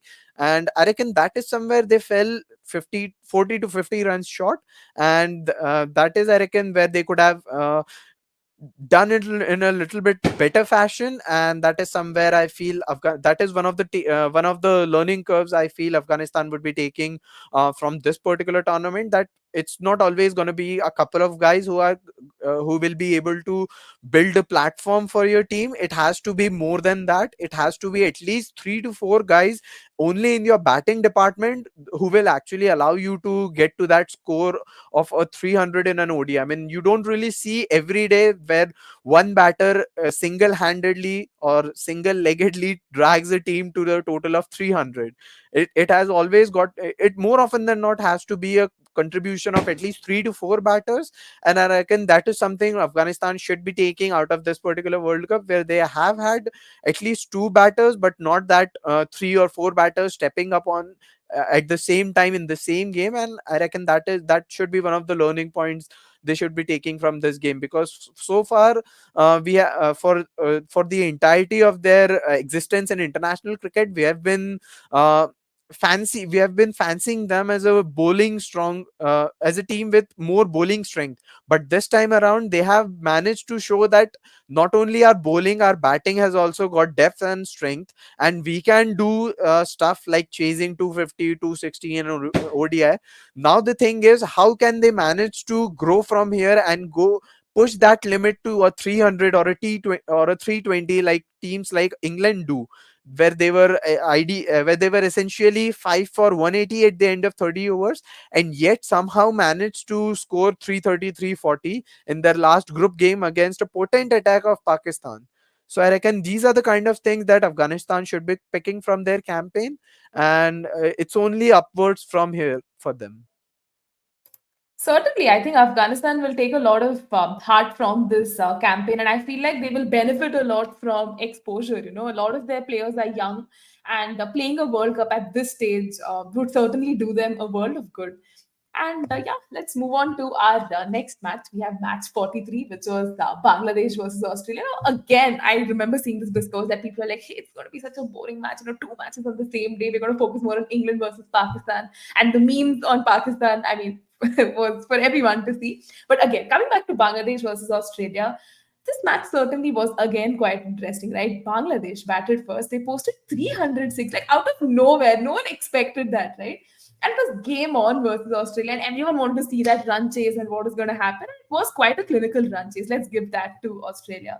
But I'll start with Sudat on this one. Now, of course, Australia giving away like 300 plus was like a matter of concern. So, somewhere do you think like their bowling is coming under fire and it might be signs of concern, like too early? You know what?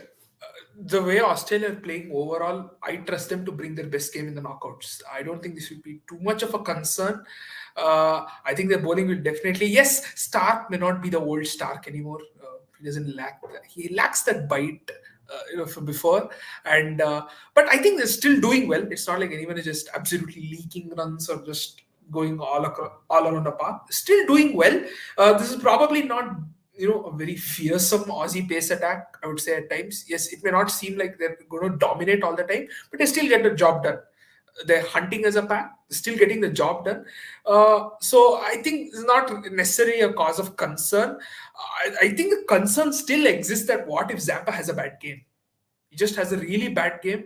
It's really going to affect them, because no matter what you do, if Zampa has a bad game, it's not like Maxi and Travis can really make up for it with their bowling. They are good second and third bowlers, but they can never be that first bowler that Zampa is. So I think the concern still lies in the spin department. I wouldn't necessarily, and I had concerns initially that I would want to play one of Maxwell, or one of Labuschagne or Smith. But I think the two is playing well as well. So I don't think this is too much of a concern. But I'd like to talk a bit about Bangladesh. I think their batting, it was really stable. It was like they just went along, they scored those runs, and it's like they saw the score predictor and thought, okay, you'll only score this much. The score predictor was saying 310. They're like, okay, we'll score 300. Chalega. Just going to go with it. Why bother scoring extra runs? What was really disappointing was those 2 runouts really hurt them. The momentum they could have built, those runouts really hurt them. I was a little disappointed that way. But this team has potential. I would have liked them to score a bit more. But the fact that they lost momentum with such runouts, a little sad. But yes, this is definitely not a game I expected. I was really looking forward to England versus Pakistan. But Bangladesh versus Australia was a good, bonus game on a nice Saturday.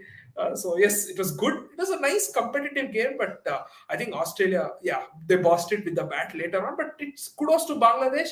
They could have easily again just lost hope and given up, because given that Australia's beast mentality, they could have easily, crashed much badly. But decent performance.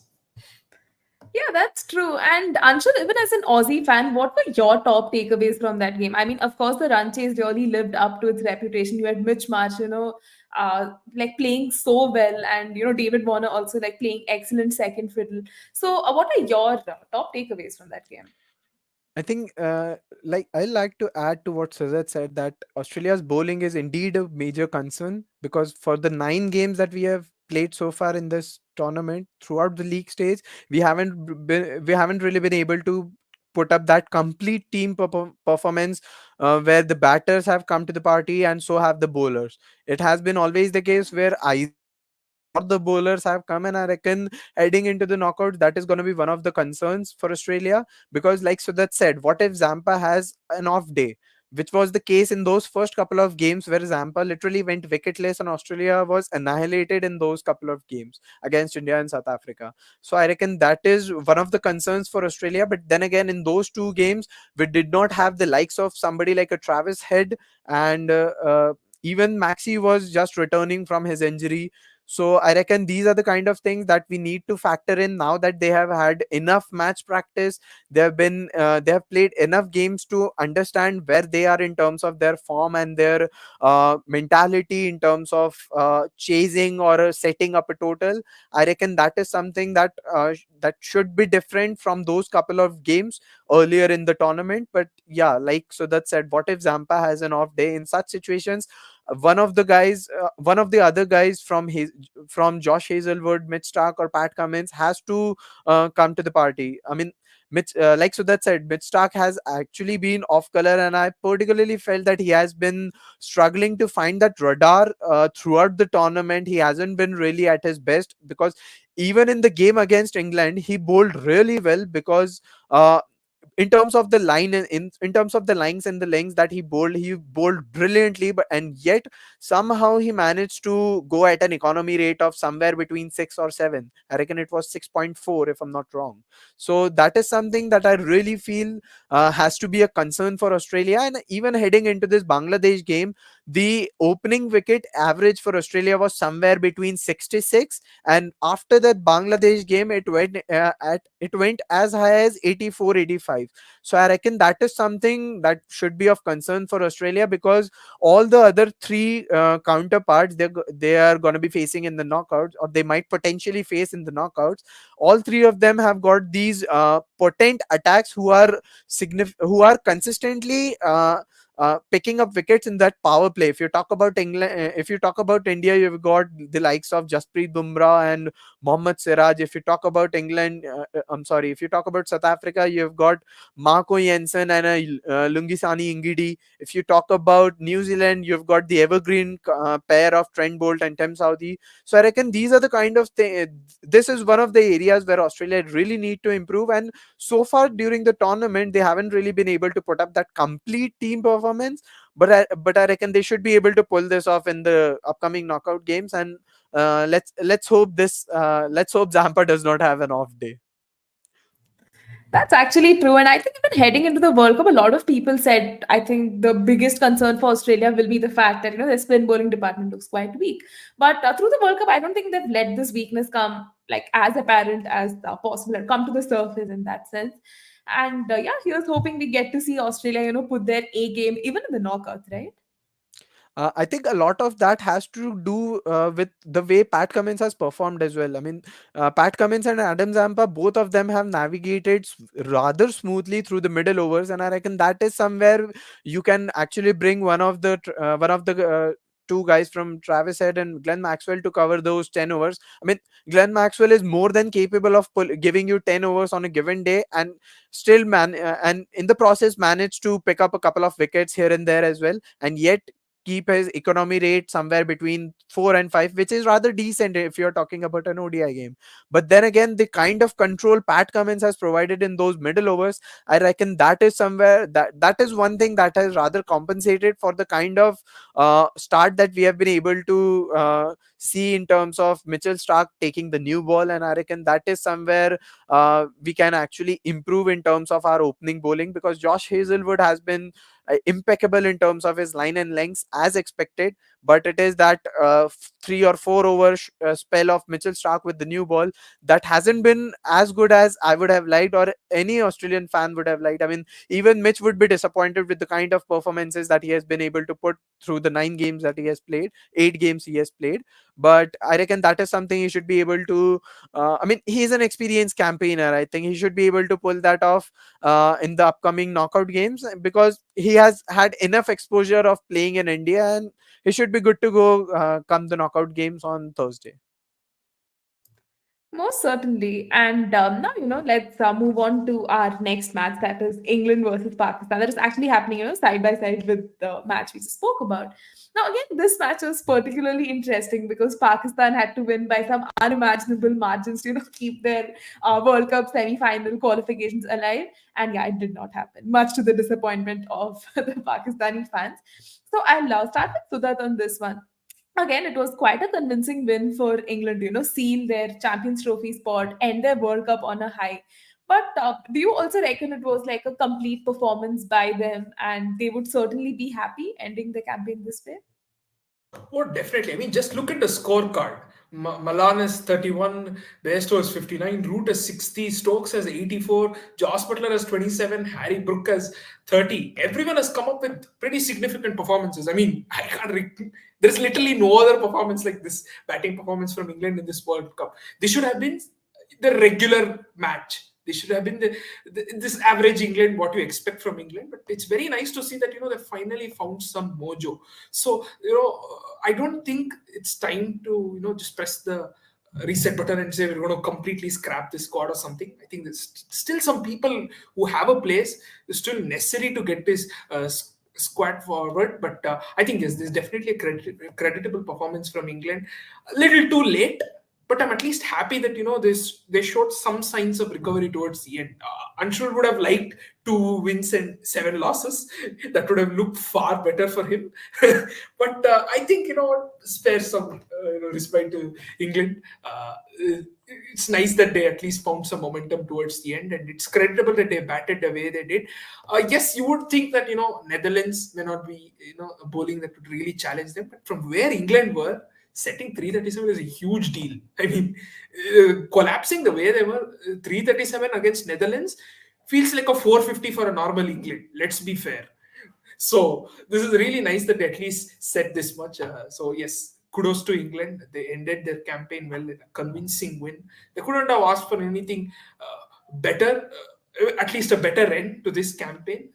And normal England would have crushed Netherlands in a far better way, with all due respect to Netherlands.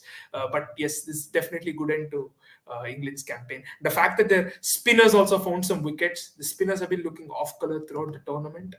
So it's nice. And also, many brought in this argument that England finally won their last few matches to give a proper reminder to the IPL franchise that hey, we exist, and we'll be your most expensive buys in the auction as well. So don't forget us. But Anshul, I think I'll direct this question at you now. Pakistan, right? They've had such a weird World Cup.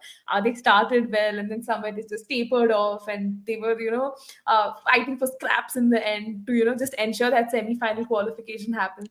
Where do you think Pakistan completely lost plot? And we could see how a lot of off-field drama was also happening.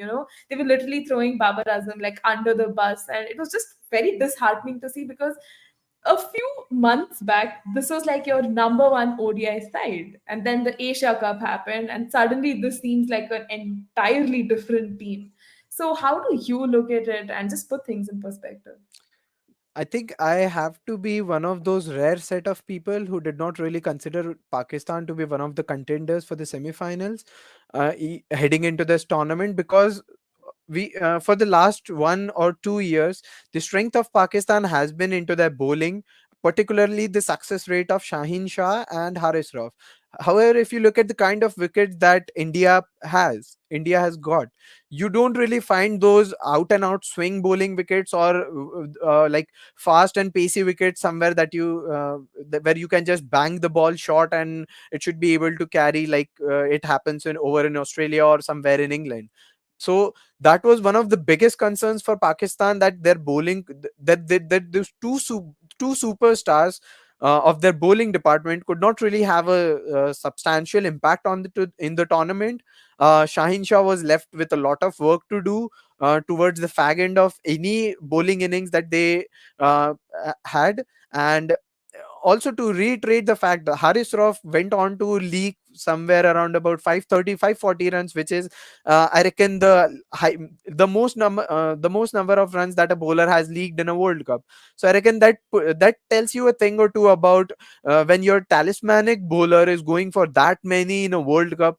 It just goes on to reflect the kind of tournament that you are having. And just like you said about the off-field fiasco that the Pakistan team has been having in terms of their batting department, in terms of their management. I mean, just this morning I heard that Mauny Mokil has resigned from his position as the Pakistan's bowling coach prior to 1 month of his contract's expiration. So I reckon that tells you a thing or two about the kind of fluster management has got themselves into, because this is not the way you behave if you actually consider your team to be one of the contenders. This is not the way you actually consider your support staff, because there's only so much your support staff can do, because at the end of the day it's got to be those 11 players who are going to be on that field who need to perform and execute all those plans. You can plan as much as you like off the field, but then again, if your players aren't capable enough to implement those plans, execute them in the game time, I reckon it's on the players to not being able to do that, to lack that skill set and not be able to acclimatize to these conditions. And in no way it's anybody else's faults but Pakistan. And in terms of their batting department as well, there haven't been significant and consistent performances from anybody. I Fakhar Zaman is, I reckon, the only batter who looked rather comfortable at the crease whenever he batted. But apart from that, if you look at somebody like a Babar Azam, who is one of the biggest superstars in terms of their batting, I reckon he was world number one heading into this World Cup. So if your best batter is having that kind of a tournament, you can't really expect yourselves to be one of the contenders for the semi-final. And I reckon ever since that India Pakistan game where they lost the plot, collapsing for losing 8 for 31, if I'm not wrong, I reckon from there onwards their entire campaign got derailed, and it just got from bad to worse for them. And it's no surprise that they found themselves in an unimaginable situation to actually qualify for the knockouts. And just to add a bit about Pakistan, you notice the T20 side. The T20 side is also built in such a way that they're not the team that's going to cross 200 consistently. They depend on their bowling to really get the goods and make sure that the batting is not pressurized to score at a very fast rate. But this is the same thing as carried on to ODIs. But I think when you're playing in a World Cup, you need to be a bilateral is different, where you can just say our batting is not equipped to hit 300 plus runs or 200 plus runs consistently. Bowling can do the damage for us.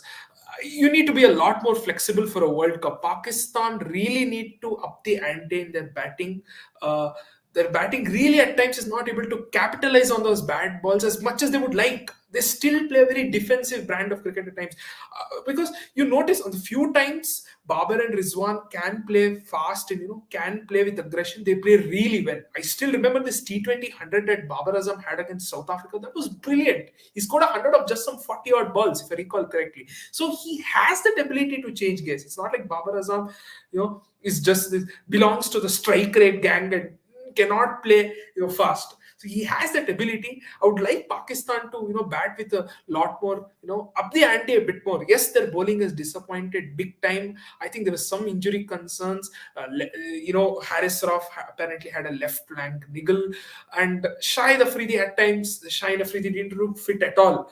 And they really need to get their spin bowling correct, because as rich a legacy as Pakistan has of fast they also have produced these generational talents when it comes to spinners. So if Pakistan cannot get, those crucial, because it's a World Cup in India, you need quality spinners. You need spinners who can exploit these conditions, and I think Pakistan really, if you notice this, they should have actually been in a position sometimes worse than England, to be fair, because the spin bowling is really not fair. Their fast bowling has been all over the place. Their batting, the captain couldn't really set it on fire. Fakar Zaman was not available for the first few games, and he then started. So I'm actually, surprised that Pakistan finished sixth in the table, because at times it's really not believable. They've kind of done well with the kind of cricket they've played at times. I think they've actually done well. So from criticizing Pakistan, I probably come to a point and said, "Well done." I wouldn't go so far, but I think Pakistan really can do much better. They have the cricket, they have the quality to finish far higher up in the table.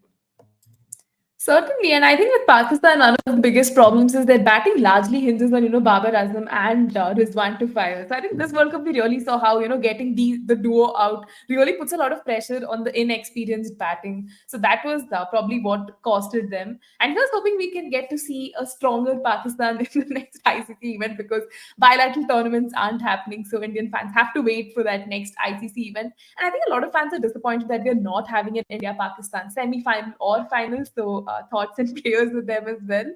And yeah, that kind of does bring us to our last group stage match. That's India versus Netherlands.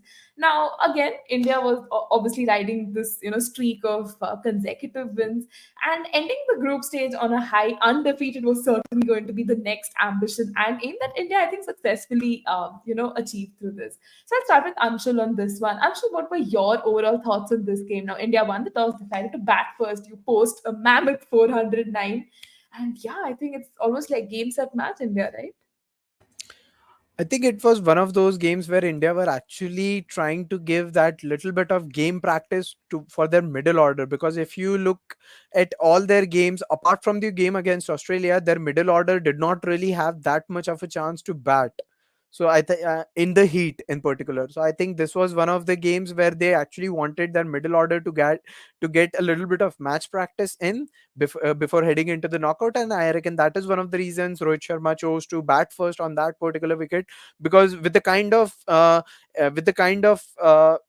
history we have got for Chinnaswamy, it has always been a chasing ground because of the dew setting in towards the as the sun sets. So I reckon that is one of the reasons to give the middle order a little bit of match practice in the heat. I reckon that is one of the reasons Rohit Sharma chose to bat first, and credit to Shreyas Iyer and KL Rahul over there, because it at one point I reckon India were somewhere around about 3 for 180 at the end of 30 overs, and from there onwards, if you are going on to score 400 plus, irrespective of the fact who the opposition is, you need to credit the batters over there, because throughout the course of this World Cup, we have seen there are no minos over here. Afghanistan were able to push Australia against the wall. The Dutch themselves managed to defeat South Africa in a clinical fashion. So this goes on to tell you that there are no minos in this particular World Cup, and that in no way the fact that this game was against the Dutch in no way shadows the fact that Shreyas Iyer and KL Rahul played brilliantly over there in those middle overs and towards the fag end as well, with the kind of finish Shreyas Iyer provided. So I reckon this was one of those games where India would be taking a lot of confidence in terms of how their middle order has performed, because definitely Shreyas Iyer was one of their biggest concerns in terms of their batting department, because for the initial games he somehow managed to find a way to get out despite of the fact that he looked rather comfortable at the crease. Even in the game against Australia or the game against New Zealand, he did look like he did look comfortable, and it looked like he would go on to score a substantial score, but he somehow managed to get out on that very infamous short ball delivery. And I reckon that this particular game should give a lot of confidence to the Indian side heading into the knockout. Certainly. And I think for me, a big takeaway from this game was how, although India scored like 409, Netherlands really gave in a fight. I mean, come on, we have to give it to them because we see how most of the teams would fold like for a docile, like some total less than 100. But you could still see till the last few overs also Netherlands is still striking those boundaries. And, I think we really need to commend them, right, for that performance, Sudhat. Yeah, I mean, to be really fair, with all due respect to Netherlands, I think India had the intention that this is the first and last game that the Chinnaswamy Stadium is going to witness from India. So why not give a Deepavali special to all the fans and play a full game? They didn't. I think if that bowled, India kind of let loose in the second inning. A lot of critiques that say that India kind of played it a tad too arrogantly, a bit too cool with the way they played. But if that was the case, they wouldn't have set 410. They knew what they were doing. They were like, we're going to get a big score on board, and then we are going to have all our, wrong-footed menace, right arm, leg break, everyone, whoever is possible, everyone's going to come into the party. I think they took it light, just like VK was criticized for being selfish at some moments in scoring his 100, but he saw a moment where there was absolutely no damage to the team, and that's where he capitalized and scored those hundreds. So this was exactly one such moment. There was no harm in dragging this match a bit. I had a bit of fun. Chinnaswamy had to see the one game that India played here well.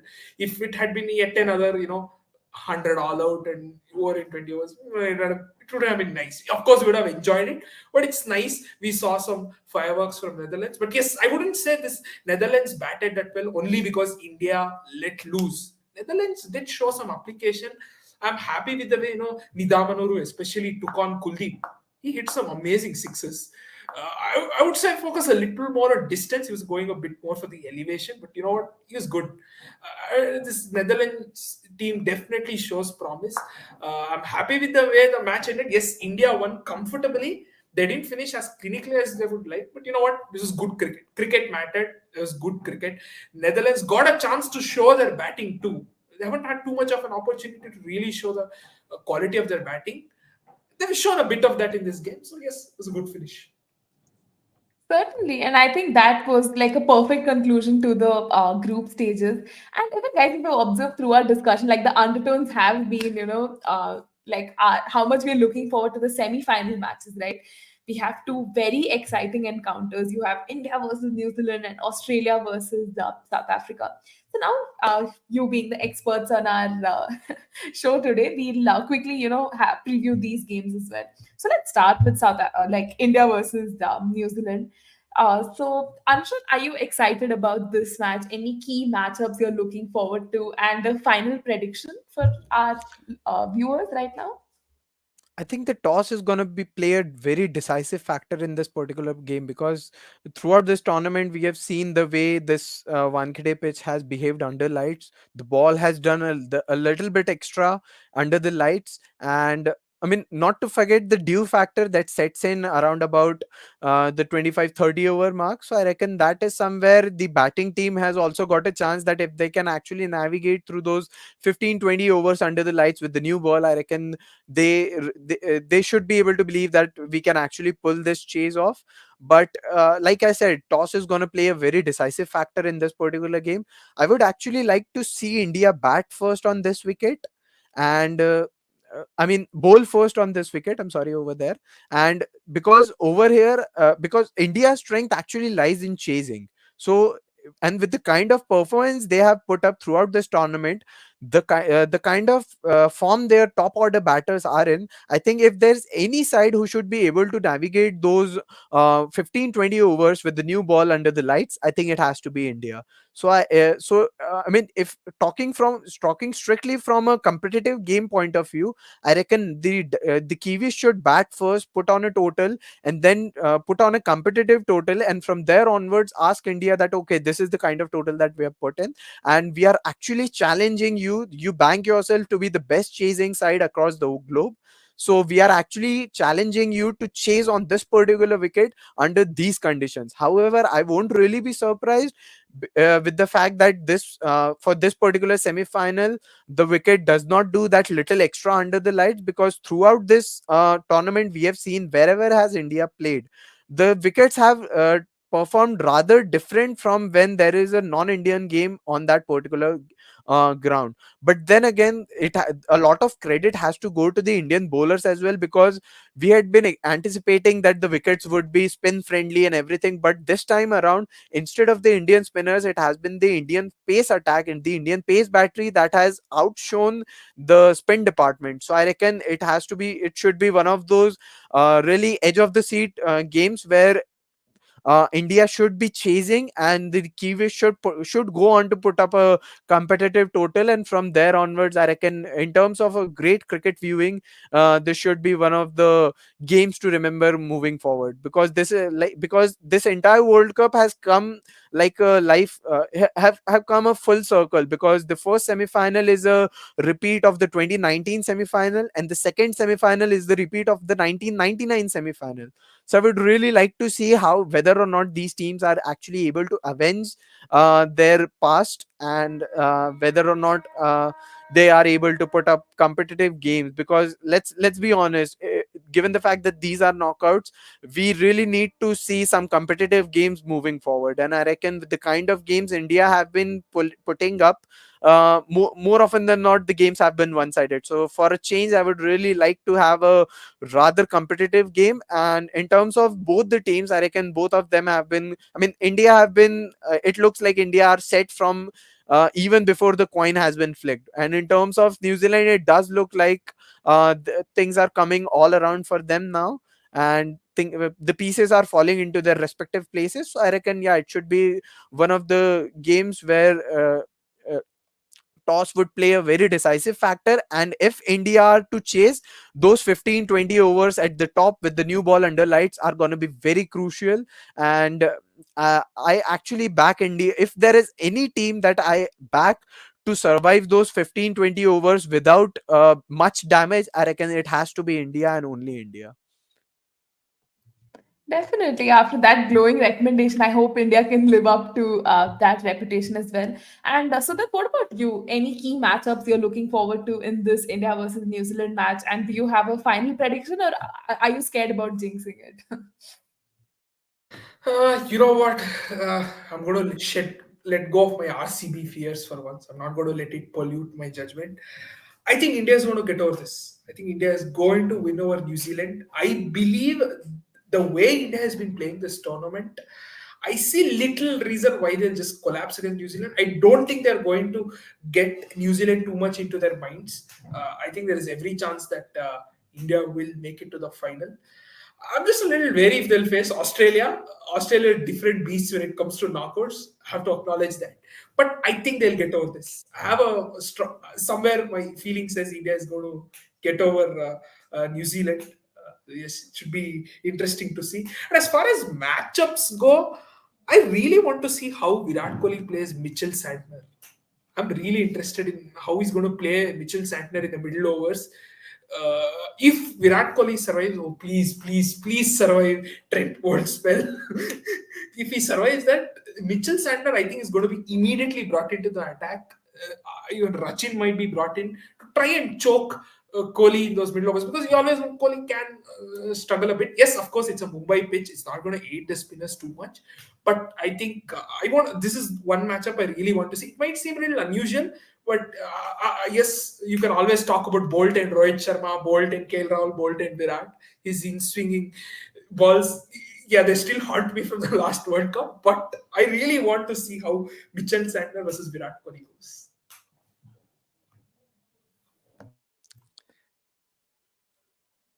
I think even in the middle overs, not just Virat Kohli, I feel the actual battle in the middle overs has to be between Mitchell Santner and Shreyas Iyer, because Virat Kohli, for all the history that we know from his 13-14-year-old playing career, he is going to be one of those guys who will not look to take the attack to the bowlers with by hitting sixes or fours consistently. That is something that Shreyas Iyer, however, does rather well.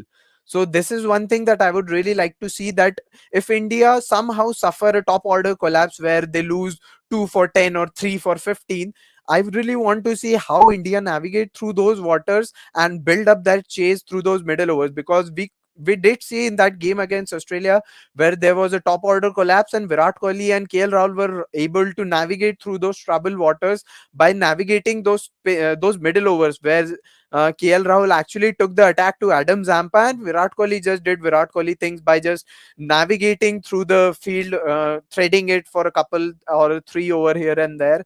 So I reckon that is something that I look forward to, the way Shreyas Iyer particularly tackles Mitchell Santner and the spin of Rachin Ravindra. Definitely, we have a lot to look forward to in this match. And we also have the second semi-finals that features Australia and South Africa. So I'll start with Anshul again on this one. So Anshul, are you excited about this game? Any key matchups and prediction? I mean, as the strong Aussie fan you are, do you see an easy Aussie win perhaps?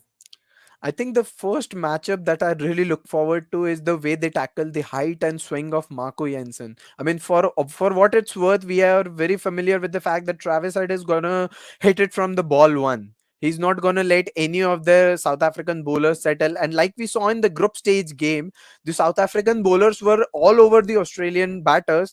Uh, right from the get go, we lost the opening pair rather early. David Warner was stuck there for a while, but he could not really capitalize on the start that he could manage, right? So that is something that I really want to see, because in that group game, we did not really go forward with Travis Head because of his injury. He had not really landed in India by that time.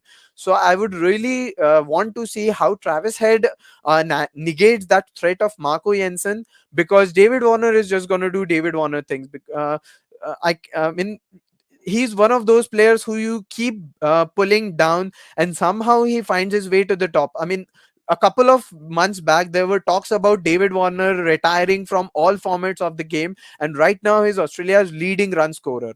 Back in 2018 there were talks about David Warner never returning to the game of cricket at international level, and for the 2019 World Cup he was one of our leading run scorers. I reckon he scored somewhere around about 600, 650 runs alongside Aaron Finch's 570. So that these are one of those characters, David Warner, Steve Smith. The more you try to pull these guys down, the higher they rise. And I think this is one of those things where I would actually want to see the way Travis Head negates that Marco Jensen threat. Because if we are able to get through them, the middle overs are strictly going to be between David Warner, Mitchell Marsh, and Steve Smith to negate the threat of Keshav Maharaj. Because on a wicket like Kolkata, I don't really think South Africans would be going forward with Tabraiz Samsi. I think they will bring in Gerald Coetzee over there. And I reckon the fact that Tabraiz Samsi is missing over there, that would help, that would make life a little easier for the Australian middle order batters, particularly Mitchell Marsh, because from the history we know he is not that good a hitter of spin. Although in the game against Bangladesh he showed that rather positive intent when he was dealing with their spinners, but I still feel that South Africa would not be going forward with Tabraiz Samsi for this particular game. And I reckon this should be one of those games where if we are able to negate the South African threat with the new ball, we should be able to pull this off. But then again, you can't really turn your backs against the South African attack, because if you look at guys like Temba Bavuma, Ben Stokes, these guys literally store their best for their games against Australia.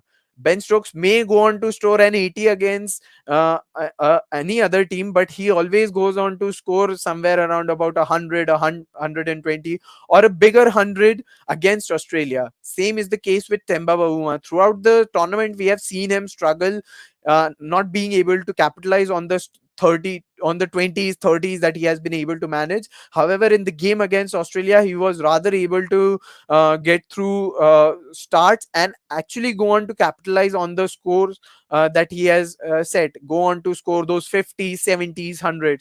Even in the ODI series that preceded this particular World Cup, we could see that the kind of role Temba Bavuma played in that resurgence from 2-0 down to 3-2 series win for South Africa. So I reckon that is one of the areas where I think Mitchell Stark against Temba Bavuma or a Josh Hazelwood against Quinton de Kock, I think these are going to be the kind of matchups that would go on to decide the outcome of this particular semi-final. Definitely. And, I'll also ask Siddharth, like, what are your thoughts on this match? Any key matchups you're looking forward to? And likely team compositions that the teams would want to opt for?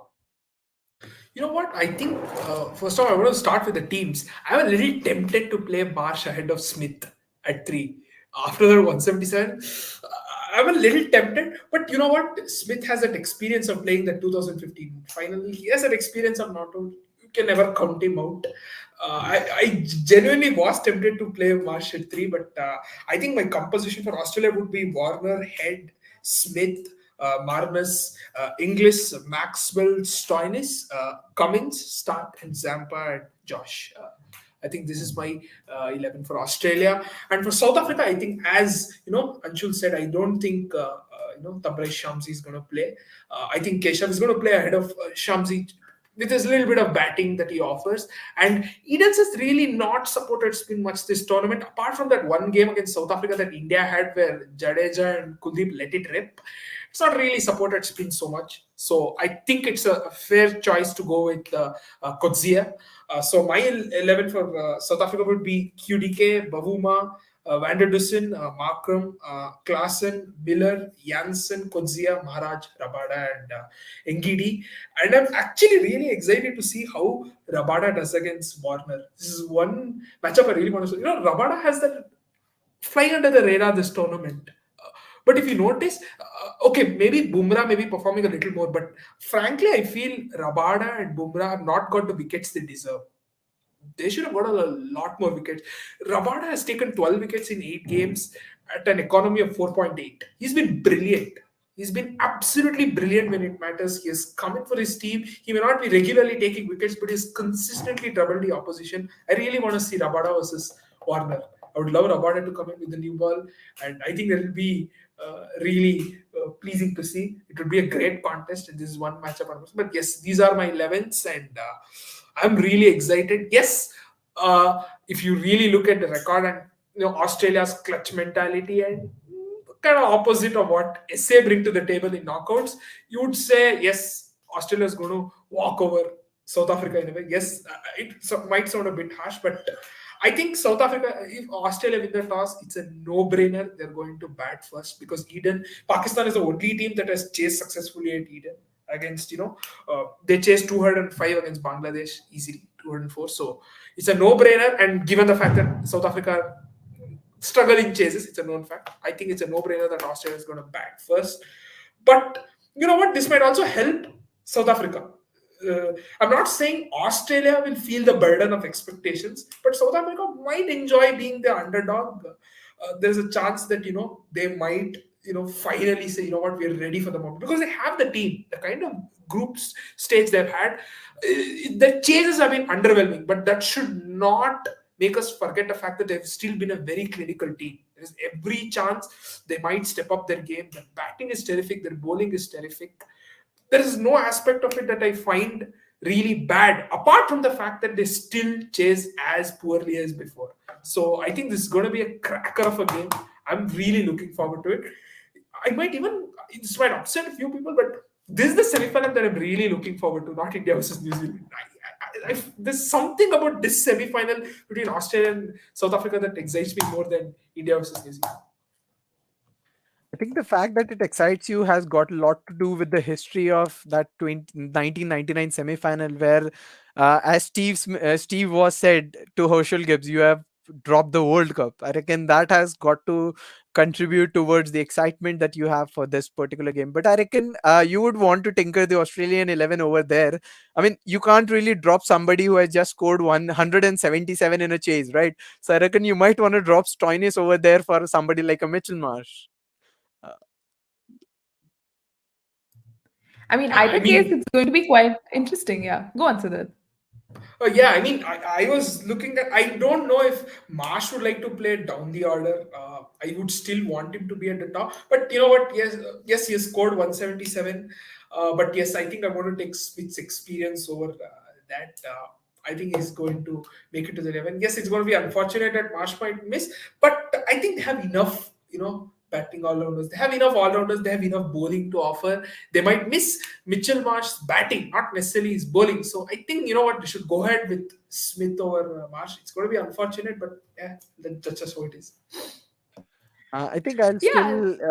I think I'll still play Marsh over Stoinis and bat Marsh at 3, maybe Smith at 4, followed by Labuschagne, uh, Maxwell, and Josh English, depending upon the situation of the game. But I reckon over here we share the same kind of 11, apart from that one change where I would like to play Marsh at 3 and Smith at 4, because for a while Smith has had those little bit of struggles in terms of navigating the ball that are bowled at his pads. I mean, it has to do with the fact that he's aging, because as you age older, your hand-eye coordination reduces a lot. So I mean, it could be one of those things. But I reckon Steve Smith should still bat number 4, and given the kind of form Mitchell Marsh is in, I reckon Mitch should still bat at number 3 and take the attack to the opposition before the spinners settle in. And from there onwards, it's all going to be about the middle order and the way Maxi and English go on to finish the innings. yeah, I mean, either case, I think we're in for two very exciting encounters that will set up an even better final. So this week has a lot to look forward to in that sense. And yeah, that pretty much does conclude our discussion. I'd like to take this opportunity to thank our panelists, for joining us today and sharing their remarkable insights. Sanchit is not here, but even he was lovely. And with Anshul and Sudat as well, we got to know so many other, behind the scene stories and observations as well. So thank you so much for joining us today. And to all our viewers who watch this live, share your questions, insights, and analysis. Thank you so much. And here's hoping, you had something to take away. We hope to see you in our future shows as well. And yeah, we will be doing a live show every Sunday, but now it's going to be Monday because we have a match on the 19th as well. But yeah, please make sure to subscribe to Never on the Backfoot on YouTube. And we also have an audio podcast on Spotify where Anshul and Siddharth have both, graced the podcast. So make sure to tune into those episodes as well. So yeah, we finally conclude our marathon to our conversation here. So hoping you had fun and take care, guys. Bye for now.